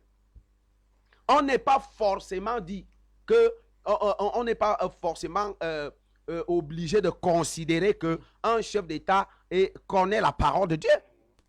Donc, quand moi j'y vais, je dois aller avec les solutions. Je dois aller avec la lumière et proposer cette lumière de manière à ce que celui qui est en face de moi comprenne qu'il y a une sagesse au-dessus de moi qui peut peut-être aider le peuple. Les chrétiens vont se comporter plutôt bizarrement, en opposition. L'opposition n'est pas la chose du chrétien. Le chrétien ne peut pas travailler dans l'opposition. Ce n'est pas possible. Parce que l'opposition est synonyme de l'œuvre satanique. Parce que Satan s'est opposé à Dieu. Mais pourtant, on a une autre arme. L'arme la plus puissante, c'est l'expression de l'amour. Parce que nous avons notre nature. La nature de notre Père, c'est l'amour. Alors quand je dois d'abord m'armer de l'amour. En allant vers la personne, sachant que la personne ne peut pas forcément très vite comprendre ce que moi je peux comprendre. Alors, quand j'y vais, je ne dois pas rapidement introduire, c'est-à-dire aller vers lui dans le sens de vouloir lui dire que, bon, maintenant, tu dois quitter, tu travailles mal. Non. Je peux peut-être étaler une erreur ou alors quelque chose qui n'est pas bien en le disant. Je dois m'apprêter aussi à proposer. C'est-à-dire que voici ce que tu aurais dû faire. En le démontrant d'abord dans notre propre vie. Voilà, en le démontrant. Donc, si les dirigeants du monde, vous avez refusé ma justice, ce qui vous a intéressé, c'est le pouvoir et l'argent. Donc, là-dessus, tu es en train de démontrer par là que je vous ai donné un peuple. Vous avez besoin de vous occuper de ce peuple. Vous devez vous repositionner dans l'esprit de dire à ce peuple, voici ce que nous pouvons faire. Donc, ce n'est pas d'abord seulement d'aimer l'argent, d'aimer le pouvoir. Donc, critiquer, reprendre seulement sans solution, ce n'est pas bon. Ce n'est pas bon, que ce soit critiquer, que ce soit... Non, que ce soit reprendre. Homme de Dieu, c'est ça que nous vivons à l'église aujourd'hui. C'est ça que nous vivons à l'église. Nous avons dans nos presses, on presse contre ceci, on presse contre cela. Peu. Mais l'église presse peut-être même contre le fait de comment le mariage se passe, mais l'église même ne fait rien pour que ceux qui sont déjà là, qui vivent sans être mariés, ne leur donnent pas la solution. Comment ils peuvent faire pour se marier facilement? L'État a trouvé, par exemple, en ce qui concerne le mariage, l'État a trouvé un moyen de faire des mariages collectifs pour essayer d'amener les uns et les autres. Mais l'église passe le temps à critiquer les gens. Vous vivez dans la fornication. Vous vivez dans... Ils n'organisent pas les mariages. Voilà, par exemple, vous vivez dans la fornication, vous dites ça à des gens qui n'ont même pas 2 000 francs. Vous vivez dans le péché, allez vous des gens qui n'ont même pas 1 000 francs de salaire, 10 000 francs de... Toi, le pasteur, tu ne peux pas réunir. Tu ne peux pas réunir. Il y a même parfois même un mec qui est là, chrétien dans une église. Et le pasteur ne peut pas dire qu'un mec qui est chrétien, je vais faire ceci, mais il est là, vous vivez dans la fornication à des gens qui n'ont pas de travail. Toujours. Et et sans Mais apporter ce que vous dites là est même pertinent parce qu'au moment où vous le dites, ça me rappelle que moi, dans mon mariage, qu'est-ce que je m'étais bloqué et j'avais déjà fixé une date, peut-être 2 ans après, pour arriver, oui, question de m'organiser, de faire. Et un jour, je prends un peu d'argent pour aller saluer mon père spirituel, pour lui dire, bon, voilà, il me regarde et dit que, mais tu arranges ton mariage quand? Je dis, bon, j'y pense même déjà, mais comme tu sais que les situations, et pourquoi tu viens me donner cet argent? Comment tu peux prendre l'argent, près de environ 100 000 francs, pour venir me donner? Alors que tu as une situation que tu dois pouvoir réguler. Là où tu parles, là, je te donne tant de temps. Tu commences à m'organiser ton mariage. Et combien font ça? Tu vois, il n'a même pas pris l'argent que je lui ai donné. Voilà. Il dit, rentre avec cet argent. Et avec cet argent-là, c'est la base qui va faire que tu puisses... Ça, c'est de la politique. Qui va organiser ton mariage. Et ça vous a permis... Mais ça m'a même... Je te dis, quand je suis arrivé là, ça te galvanise. qu'est-ce qui s'est même passé? Plus grave que ça. Il me dit, bon, comme tu déranges même là, le maire d'ici, c'est mon ami. Et je vous appelle même d'ailleurs, vous venez faire célébrer votre mariage ici. J'ai déjà vu le maire. Je lui ai dit que vous viendrez célébrer le mariage ici. Alors, partez, prenez-moi seulement la voiture. Je n'avais pas de l'argent. Il a dit, l'argent que je paye, tu loues la voiture, tu cherches des amis, vous venez célébrer le mariage. Est-ce que vous n'êtes pas marié? Mais attends. Vous êtes mariés? Nous sommes très très mariés. Très mariés même. Moi, vous confinez même moi, d'ailleurs. j'ai vu des grands Nous hommes sommes de Dieu. très mariés. Moi, j'ai vu des grands hommes de Dieu. J'ai dit grands dans le sens où ils ont une grande église et ils ont des grandes rentrées financières. Tu arrives et puis, tu vois, c'est lui le premier à dire, mais mon frère, tu ne vis pas bien, tu n'es pas en règle. Va. Et il a l'argent. Et il ne sait pas que le frère même qui est là, qui est en train de se plaindre, n'a même pas l'argent pour aller voir le maire. Il est incapable, mais c'est lui qui brandit la Bible. Parfois même des mamans chrétiennes, les parents chrétiens. Les chrétiens aujourd'hui ne sont pas des solutions. C'est des tonneaux qui passent le temps à faire des bruits vides. Donc, et nous devons chercher à devenir des solutions. Voilà. C'est la politique, par exemple. C'est de la politique. Mais c'est le plan parfait de Dieu. Tout ça, c'est la politique. C'est le plan parfait. Donnons la solution. Apportons des solutions. Vous voulez que les jeunes filles restent vierges. Vous voulez que les prostituées restent à l'église. Qu'est-ce que vous faites pour ces prostituées? J'ai posé une question un jour à une assemblée. Je dis que tous les célibataires se lèvent. Les jeunes filles, broum, se sont levées. Les jeunes garçons, broum, se sont levés. Je leur ai posé la question. Bon, quand vous êtes debout là, est-ce qu'il y a les garçons dedans? Levez les mains. Les filles, levez les mains. Je dis, pourquoi vous ne vous mariez pas? Vous partez prier, vous partez demander à Dieu de vous donner les mariages. Lesquels? Vous êtes des célibataires, hommes et femmes. Vous attendez quoi pour vous marier? Mais on est là en train de les entretenir. Non, le Seigneur, je vois déjà ton mariage. Je vois il quitte l'ongre. Tu ne vois rien. Il ne voit rien. Mais il écrit, non, je vois déjà ton mariage. Je vois déjà. Non, mais tu ne vois rien. Mes yeux sont ouverts, je vois. Alors qu'il y a des célibataires hommes, des célibataires femmes. Mariez-vous. Mariez-vous. Ils ne veulent pas. Ils ne veulent pas. Alors, et nous avons encore cette politique dans l'église. C'est-à-dire, la politique qui nous fait peur, c'est parce qu'on veut tout attendre de l'État. Vous allez voir des caisses des églises qui rapportent des millions par dimanche, mais les mêmes gens attendent que l'État fasse quelque chose pour subventionner ces gens-là. Alors que l'église peut déjà prendre cet argent, sortir les uns et les autres de la pauvreté sans attendre de l'État. Ça, c'est aussi de la politique. C'est de la politique. Mais justement, non. Puisque au Nigeria, il y a des églises qui le font. C'est des églises qui font cela. C'est-à-dire que le leader donne des possibilités aux uns aux autres de commencer des petits commerces, des petits trucs de réduire pour les... C'est la politique. C'est ce que Dieu nous demande. La parole de Dieu dit quoi? La parole de Dieu dit que si ton frère est nu et que toi tu as deux pantalons, pourquoi tu ne prends Non, pas pas- un pantalon? Pourquoi tu vas Tu aller ne prier, Dieu va en paix. prier sur lui que la puissance de notre Seigneur Te fabrique puisse le pantalon. te fabrique ce pantalon Non, non. et qu'il te donne Non. même le tissu sur tout ce pantalon sera Tu- en lin, En or. en or, alors que tu as 2 pantalons et l'autre n'en a pas. Donc c'est ça la politique, tel que Dieu lui-même l'a défini. C'est Défini. pourquoi Jacques va dire que votre religion, arrêtez-nous ce genre de religion. La vraie religion, C'est de c'est devenir c'est de s'occuper des pauvres. et des orphelins. Non, ça allez-y. C'est ça le problème. J'ai vu quelque chose aux États-Unis. Il y a une organisation chrétienne qu'on appelle Samaritan Purpose, Oui, qui sans s'occupe des publicité, petits enfants. qui s'occupe des petits-enfants. D'ailleurs, s'ils nous écoutent, ils nous doivent déjà une publicité. Nous les avons cités. Donc, qu'est-ce qu'ils ont fait? Ils ont créé tout un hôpital à New York où ils se sont portés garants de soigner des personnes gratuitement. Et vous imaginez, c'est une organisation qui a critiqué l'homosexualité, qui milite contre l'homosexualité. Mais ils vont se retrouver en train de soigner des homosexuels. Et je vous assure, tu ne peux pas quitter de là sans avoir entendu le message de l'évangile. Tu ne quitteras pas. Le matin, ils se lèvent, ils prient.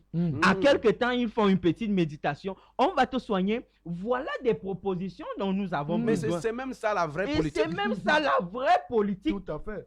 C'est-à-dire que ce n'est pas nous qui emmagasinons de l'argent. Nous allons garder chez nous. Nous protégeons contre On le s'habille corona bien, nos qui est épouses là sont dehors. bien habillées. On s'habille bien, nos épouses sont bien habillés. Pendant qu'il y a des frères qui n'arrivent pas à aller à l'hôpital. Quand un frère va aller à l'hôpital, on lui propose de la prière. Quand le pasteur est malade, c'est pour lui qu'on cotise. Et tout ça fait partie de la politique.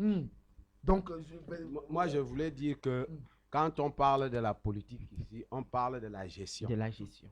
C'est pourquoi je vais peut-être percer l'abcès. allez-y. Hey. Il faut passer. C'est pour ça que les chrétiens ont peur de la politique, parce que la politique implique la gestion. Et la transparence. Parce que quand tu parles de la gestion, Il faut il faut les comptes. il faut la transparence, Ah oui. il faut les comptes, et là-dessus, il faut le bilan. Ah, il faut rendre Il faut, compte. il faut rendre compte, il faut le bilan. Et la gestion ici, c'est quoi? La gestion ici, c'est que on aimerait marcher dans le flou. C'est-à-dire que on se dit que Dieu a dit que, Dieu nous a dit que, Dieu nous a dit que, et puis bon, les gens viennent et commencent à verser des sommes d'argent et ainsi de suite. Mais le problème, c'est quoi? C'est que lorsqu'on parle de gestion, la gestion implique déjà quelque chose que nous, les chrétiens, nous avons, c'est-à-dire l'amour. Parce qu'il n'y a pas de gestion véritable sans amour. Or, Dieu, la parole de Dieu dit que il a répandu, le Saint-Esprit a répandu l'amour dans notre cœur. Cela veut dire que notre gestion, c'est pourquoi nous n'aimons pas beaucoup la politique, parce que quand nous voulons entrer dans la politique là-bas, le peuple qui ne connaît pas Dieu, ils sont les yeux ouverts, en train de regarder comment est-ce que nous devons pouvoir gérer. Et là-dessus, s'il n'y a pas d'amour, et s'il n'y a pas d'amour dans notre cœur, nous ne pouvons pas forcément, véritablement gérer la chose de manière...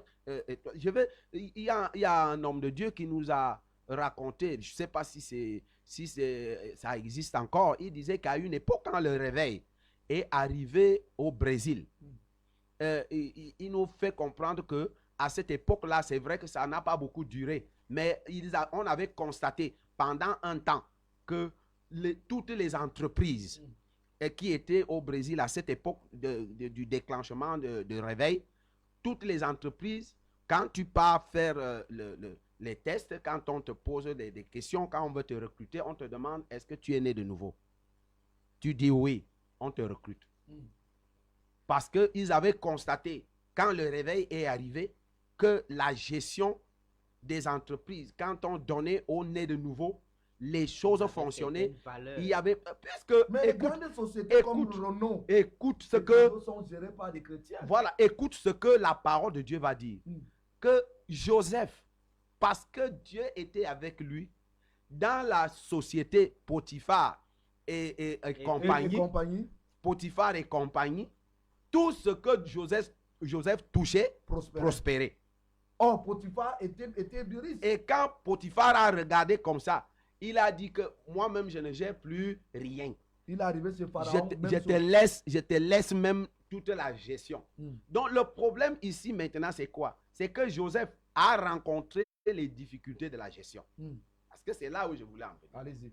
Joseph va rencontrer les difficultés de la gestion. Parce que dans la gestion, il y a les propositions, il y a les compromis, Il y a les tentations. il y a les tentations, il y a les tout- persécutions. les persécutions, il y a toutes les sions que vous pouvez imaginer dans la gestion. Donc, regarde comment Joseph, la gestion était tellement bonne la gestion a fini par séduire la femme de Potiphar et qui rapidement est venue faire la proposition et entraîner la tentation dans la vie de Joseph. Et la tentation qui a finalement amené la persécution dans la vie de Joseph. Et c'est pourquoi beaucoup de chrétiens n'arrivent plus à vouloir s'impliquer, affronter dans la justice. Comme Daniel, Shadrach, Comme qui ont affronté. Abednego, Meshach, Shadrach, Daniel. Ils ont géré. Ils ont géré. Ils ont affronté les persécutions. Avec efficacité. Ils ont affronté les persécutions. Parce que toute gestion implique automatiquement les propositions, les persécutions, implique même, je dirais, la convoitise. Parce que quand la convoitise, les compromis qu'on vient te proposer, et tu seras étonné de constater que beaucoup de chrétiens sont chrétiens, ils sont dans des églises, les dimanches, les messes, les églises, les assemblées, et quand ils rentrent dans leur bureau, entièrement, tu vas voir, ils ont des responsabilités, ceux-ci des directeurs, d'autres des ministres, d'autres ceci, ils sont les plus corrompus. Ils sont tombés déjà sous le poids de la gestion et de la politique mondaine. Dans la politique politicienne, dans les compromis et les faux dossiers, et c'est pourquoi et on ne voit plus la lumière en eux. Nous voulons leur proposer que, bien aimés, si vous êtes chrétien et que vous partez à la messe, à l'église, sachez que c'est vous qui êtes la lumière du monde. Nous voulons vous dire, nous voulons vous le proposer aujourd'hui, que vous compreniez que Dieu ne vous condamne pas, Dieu ne vous juge pas, mais Dieu voudrait que chacun de vous puisse aller briller là où nous sommes, parce que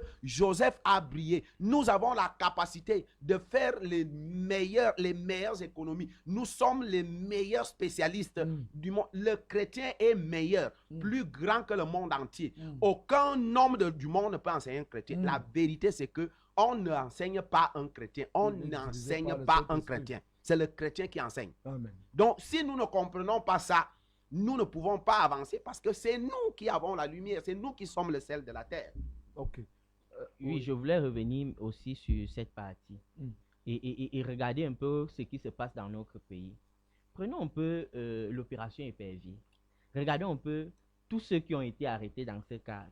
C'est des personnes qui ont été célébrées dans des églises chrétiennes, Ils comme ont eu des anciens, postes d'anciens. comme diacres, Ouais. des grands donateurs Ouais. et autres. Ils sont tombés dans ce que l'homme de Dieu disait tout à l'heure. C'est-à-dire que les compromis même de la gestion. C'est-à-dire que c'est des hommes, s'ils avaient été réellement des nés de nouveau, des personnes transformées, ils auraient changé de par la position Mais que Dieu changer les avait donnée. Je connais d'ailleurs une dame qui est directrice d'une société d'État, que je vais citer, PNDP. Elle gère là-bas depuis des années. On n'entend même pas parler de phrases et autres. Et autres. C'est-à-dire que lorsque nous restons dans les normes de Dieu, nous devenons le leader Dans la de Dieu. lumière. Nous véhiculons cette lumière. Parce qu'en réalité, si on se met à faire l'étude de tous ceux qui sont en prison, vous allez trouver très peu de musulmans. Mais vous allez trouver beaucoup de catholiques, beaucoup de protestants, beaucoup de Et même les pentecôtistes. Même des pentecôtistes, il faut percer l'abcès. mais qui sont ancrés dans quoi? Vous allez trouver des affaires de honte, c'est-à-dire dans des faux dossiers, dans des faux ceci, dans des faux cela. C'est-à-dire qu'ils ne sont plus le reflet De la lumière. de la lumière. Mais il faudrait que nous puissions comprendre une chose, c'est que sans toutefois condamner les gens, sans toutefois vouloir montrer au monde entier que c'est les plus méchants, ils ne sont que victimes. Moi, je pense, à mon avis, qu'ils sont victimes du manque d'enseignement, du manque de vérité. Quand nous partons dans les églises, dans les messes, dans les cultes, dans les assemblées, qu'est-ce qu'on leur enseigne là-bas? Non, le problème, c'est aussi, homme de Dieu, ce que vous avez dit, c'est qu'on leur a appris que à l'église, on s'apprête pour aller au ciel. Chacun peut se battre par n'importe quel moyen pour avoir ce Tout qu'il faut chemin avoir. mène à Rome. Parce que Dieu ne bénit pas. Dieu ne bénit pas. C'est la rose-croix qui bénit. Voilà. Et nous, ce sont nos enseignements.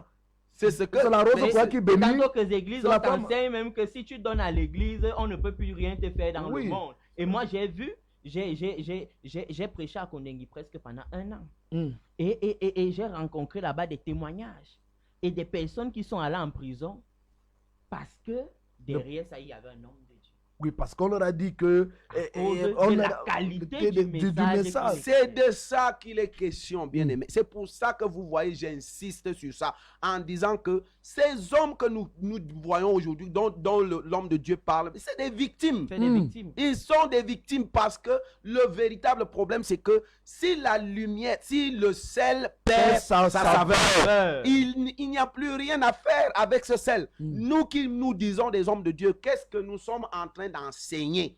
Qu'est-ce que nous enseignons à longueur de temps dans les églises? On enseigne quoi? On va à la messe à 6 h, on va à midi, on va à 15 h, on va à 18 h, on va à l'église à 14 h, on va à 15 h. Mais quand tu arrives, tu trouves la vie de ces gens. Et c'est une vie où tu entres dans les bureaux de quelqu'un il vient de rentrer de la messe. Il est en train dès que tu entres dans son bureau, tu veux lui dire bonjour. C'est quoi? Tu ne vas pas que je travaille. Il n'a pas la qualité. Non, on leur parle du ciel seulement. On leur dit que c'est le ciel. Ce n'est pas... Le problème, c'est que la politique de Dieu, la politique que Dieu a instaurée, c'est que nous les chrétiens, nous devons briller. Nous devons briller sur la terre. Nous devons permettre à ceux qui ne connaissent pas Dieu que notre Dieu est le Dieu de l'excellence. C'est nous qui sommes des génies, c'est nous qui sommes des penseurs, c'est nous qui avons la plus grande quotient intellectuelle. Nous avons la sagesse, nous avons la science, nous avons tout ce qu'il y a peuple de Dieu. Pourquoi nous ne nous arrêtons pas pour vérifier? Hier, j'avais fini le propos en rappelant l'histoire de Jérémie.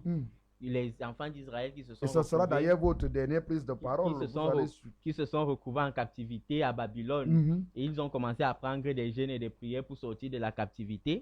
Et Dieu leur envoie un message par Jérémie. Il dit, bon, les gars, je voulais vous dire que vous êtes déjà à domicile. Achetez des terrains, bâtissez des maisons, mariez-vous. Et surtout, priez, recherchez le bien de la ville.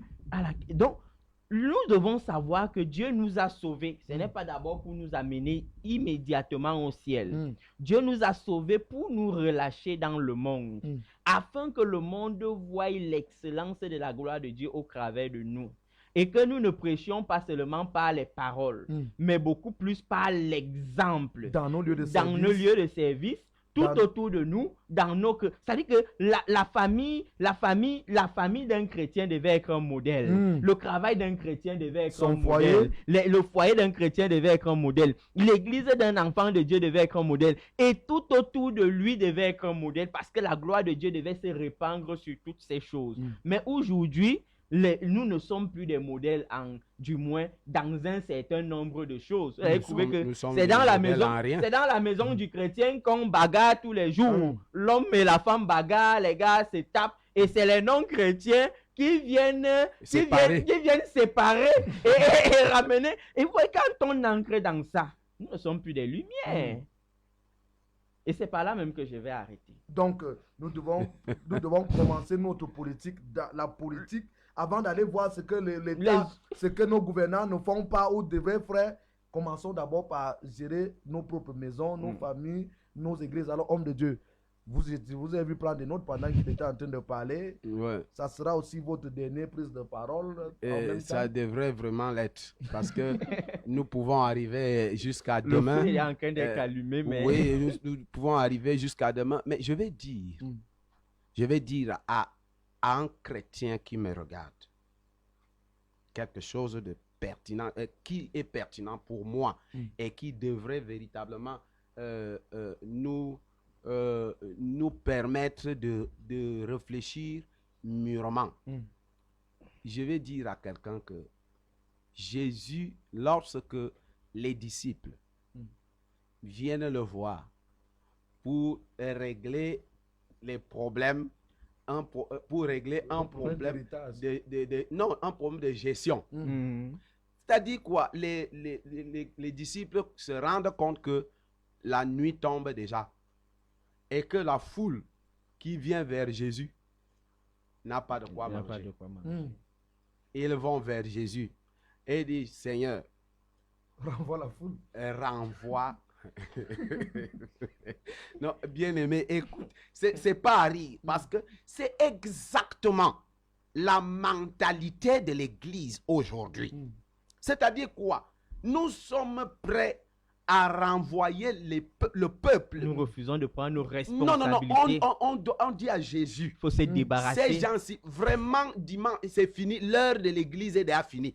Allez vous battre, allez vous débrouiller pour que on va se voir allez dimanche. Voir avec l'État. Allez voir avec l'État. Ah, Seigneur, libère ces gens. Allez voir les affaires sociales. Allez voir les affaires. Ça, c'est pas dans notre cercle, c'est pas dans notre cadre. Donc, allez. La justice va poser la plainte au Va commissariat. au commissariat, va dire que.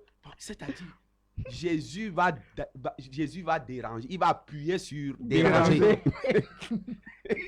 Jésus va appuyer sur déranger. Et il va leur dire, donnez-leur vous-même à manger. Et Jésus avait tout le mot qu'il faut. Donnez-leur vous-même à manger. C'est pourquoi je dis à quelqu'un ce matin, toi qui vas à l'église tous les dimanches, on voit ta voiture garée tous les dimanches. Tu as un poste de responsabilité, tu as la possibilité même de recruter les gens, de faire en sorte que la société dans laquelle tu travailles donne des meilleurs chiffres, donne des meilleurs rendements. Mais tu fais comme si ce n'est pas ton problème. Moi, je vais faire quoi? Est-ce que c'est moi qui vais changer la mentalité des gens? Bien aimé, Jésus te dit change. Change leur mentalité.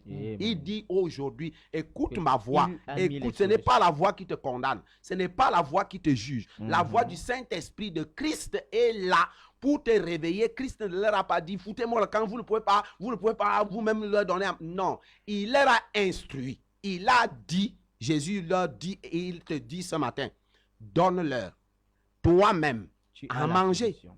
Tu as la solution.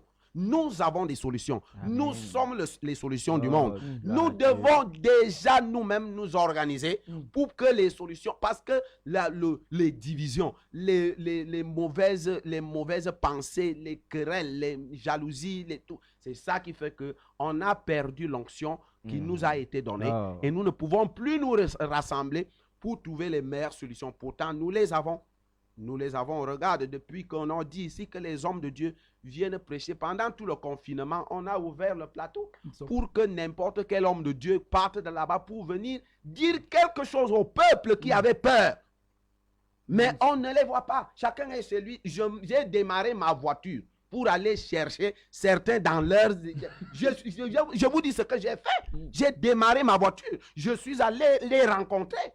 Ils m'ont donné des promesses de rendez-vous. Moi-même, j'en ai rencontré plusieurs. Je leur ai dit que le peuple a faim.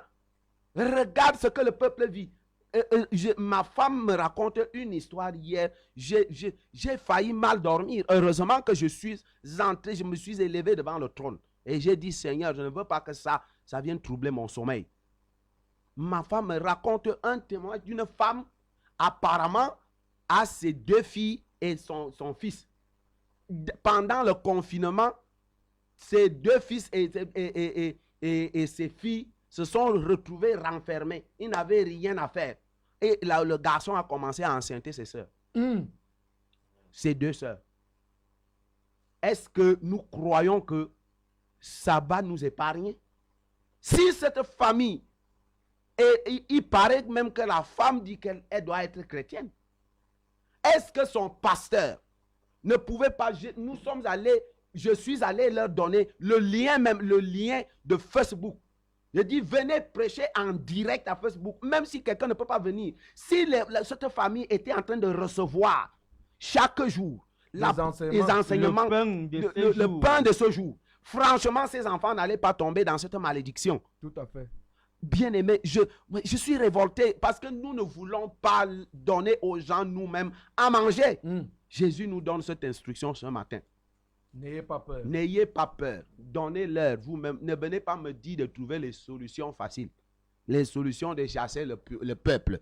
Les solutions de les livrer à eux-mêmes afin que Satan aille les dévorer. Non, nous avons la responsabilité et que nous n'avons pas le monopole de quoi que ce soit. Amen. Mais nous croyons, bien aimés, que notre petite contribution que nous amenons aujourd'hui, en nous appuyant sur le Saint-Esprit qui nous fait faveur, parce que nous ne valons rien, mais le Saint-Esprit nous fait faveur de pouvoir dire quelque chose qui peut toucher vraiment quelqu'un au travers de sa propre parole que nous avons citée ici. Bien-aimés, essayons de donner à manger à ceux-là qui ont faim, c'est-à-dire à nos sociétés qui ont besoin de la lumière, qui ont besoin du sel, le sel qui va donner la saveur à la nourriture, à la société. Ok, à la grande demande du public, avant de clôturer cette émission, vous aurez à la fin de cette émission une chanson du pasteur Ronce, de l'artiste Ronce, le jour du jugement. Mais avant de clôturer, je voudrais que le peuple de Dieu voudrait rendre ce témoignage. Ah bon, le jour du jugement est bien calé. A demandé, un bien calé, oui, apparemment. Donc, ça sera calé. Et je voudrais rendre ce témoignage qui s'est passé au Gabon.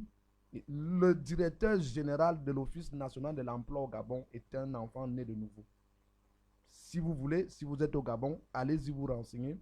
Et c'est quelqu'un que je connais particulièrement. Son conseiller spécial est un ami à moi, un aîné à moi. Et il me rendait ce témoignage que quand ils sont arrivés à l'Office national de l'emploi, c'était une société qui était en train de tomber. Et c'est un garçon qui a été persécuté au Gabon parce qu'il est entré dans les affaires politiques étant tellement jeune, très jeune. Un ingénieur, après il a été persécuté, il a été appelé. C'est sa femme qui a d'abord cru. Sa femme l'a mené dans le Seigneur. Il ne voulait pas. Mais c'est quand il a eu les pressions de la gestion qu'il a donné sa vie au Seigneur. Et c'est là que son père spirituel l'a amené à croire au Seigneur. On l'a nommé. Quand on le nomme, le Seigneur lui dit qu'il doit prendre son père spirituel comme son conseiller spécial. Il le prend. Quand il commence le travail, ils disent que tous les matins, il priait. Tous les matins, il priait. C'est un jeune de 38 ans. Il doit avoir 39 ans cette année. Et ils ont commencé à prier. Ils ont lancé une cellule de prière. Là, au début, c'était 2, 3, 6. Le papa là me racontait que aujourd'hui, ils sont désormais des dizaines tous les matins quand ils commencent. Et que la société la mieux gérée au Gabon actuellement, là, c'est l'Office national de l'emploi. Je parle en Mondovision. Les Gabonais m'écoutent. Et le monsieur, le directeur général, le frère Hans, parfois même, il a ses propres frères de sang qui sont. Parce qu'il prend l'excellence. Il ne prend pas les gens par affinité, mais il prend les gens parce que il ne peut pas prendre, quand on a besoin par exemple d'un mécanicien, il ne va pas aller prendre son frère qui est physicien pour venir travailler alors qu'on a besoin d'un mécanicien. Il prend l'excellence et ça fonctionne à merveille au Gabon. C'est pour dire que nous devons prôner l'excellence par notre manière de vivre. Ah oui. Le monde entier attend avec un ardent désir le monde nous regarde. La révélation des fils de Dieu. Si nous nous mettons hors de la gestion des choses publiques, le monde va aller en s'empirant. Alors, peuple de Dieu, vous qui nous avez écoutés, ne fuyez pas, n'ayez pas peur. La politique, c'est pour toi, enfant de Dieu. Mais la politique n'est pas critiquée. La politique, c'est briller dans le monde. Vous allez écouter le jour du jugement. Tout à l'heure, vous allez regarder le jour du jugement. Restez scotchés. Demain, à la même heure, 10h30, nous viendrons avec un autre sujet, toujours en concernant le chrétien face à la politique. Que le Seigneur bénisse le grand technicien Brice Lambeau qui est déjà là, en train de caler la chanson. Que le Seigneur bénisse les intervenants. Que le Seigneur bénisse toi qui es à la maison, toi qui es au bureau, toi qui nous regardes. Et que le Seigneur se souvienne d'Excel Discours Télévision. À plus. Beaucoup de gens seront surpris de se retrouver en enfer parce qu'ils se sont accrochés aux biens éphémères de ce monde. Je vous envoie ce message donc aujourd'hui. préparez-vous de peur qu'à la dernière minute, vous disiez si j'avais su. Abubote asinga baza koma souvenir Amuna baviane yembe sindone mama semeneke Amoma yogiana Entavane chele Awowe yanga bam Amuna nezame Amuna sinu ya yelot Amama seya ya yena misema Majoye komo Buna nezame Oh, te dange yoginga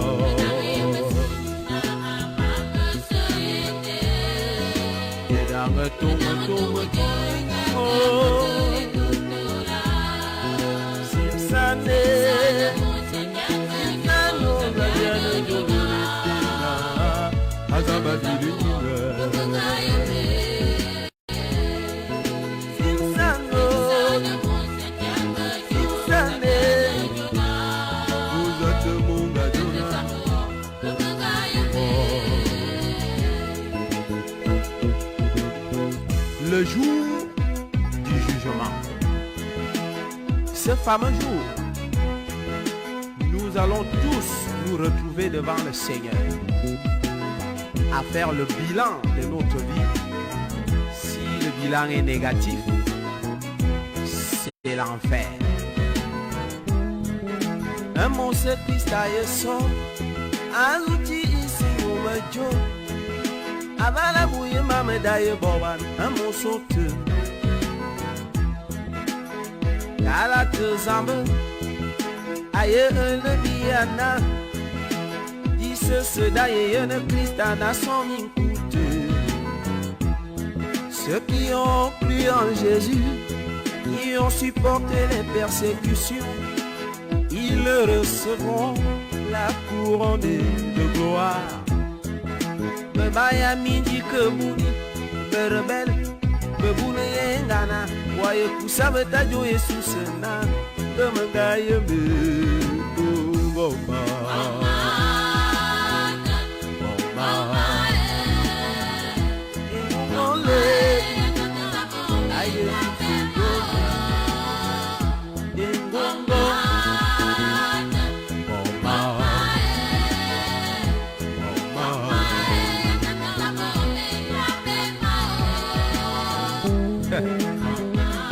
Aye bona Amuse Yesus aye son Nazuti isi muna mejo Emo milangala Amuse de Yesus aye bon méconnaissable Amuna Va me manea Amuse te Galate zambe la Bible Nous le révèle aujourd'hui. Le jugement commencera dans l'église. A Jésus, mengato pasteur, mengato prêtre, m'évêque. Me dit à me woe, amba moni, de la sort. Mengalo mani asina ni kangate bote mbamba foy, un foy jangi bot. Minga kangate be philosophie, yemo milani, de la sort. Seigneur Jésus, moi j'étais ancien l'église. Bembende yabajaye vebe kotabiye kole mamisi de la sort. Ah Jésus c'est mon bon majona, moi j'étais beta diacre. Bedi yakone yababon miyene, de yeme Jésus de la sort. Un gâteau de ta choriste, les choristes de l'ambiance. La dienne veut me louer à Bebomo pour le maniser de la sort. Moi j'étais protestant, l'église réformée. Ce n'est pas la réformation qui donne la vie de la sort. Seigneur Jésus, moi j'étais pentecôtiste, les seules églises réveillées. Est-ce que toi-même tu es réveillé? Tout doucement et l'auto sort. J'avais adoré Marie ta mère, j'étais même mariologue, joséphologue. Il n'y a pas de audace dans mon royaume de la sort. Seigneur Jésus, en ton nom, j'ai chassé les démons. Je ne t'ai jamais envoyé à chasser de le sort. J'étais témoin de Jéhovah. Tu as bien fait de témoigner, mais j'aurais voulu que tu sois enfant de Dieu. De le sort. J'étais musulman.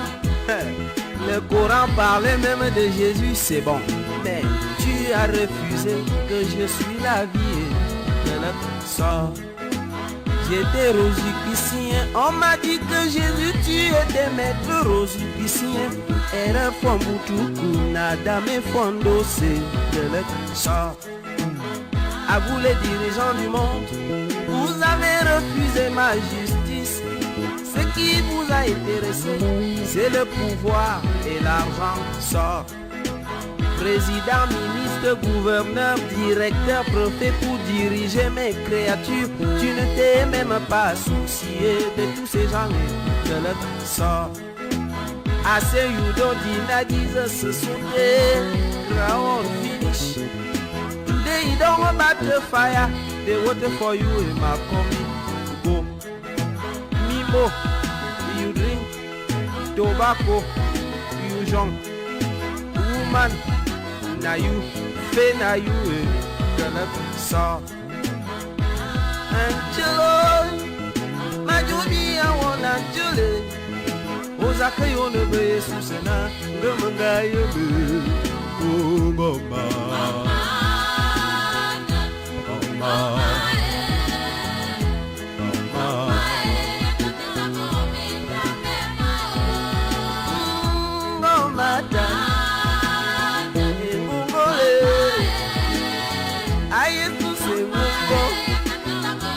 Pardon, pardon papa. Imbungole, Imbungole. Hey, hey, Imbungole.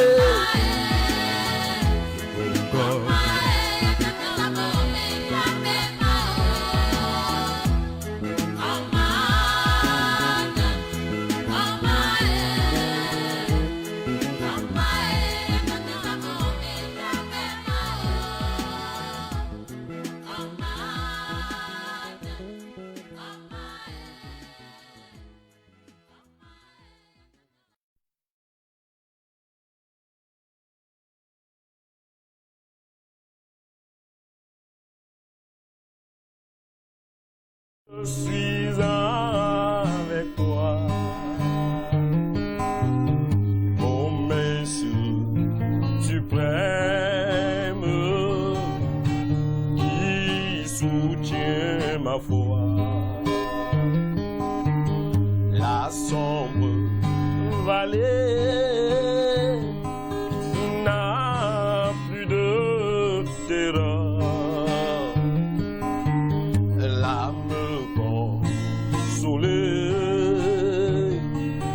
Je marche avec mon sauveur. Non, non, non, non. Jamais tout seul, sans Jésus, non. Jamais tout seul. Jésus, mon sauveur, me garde. Jamais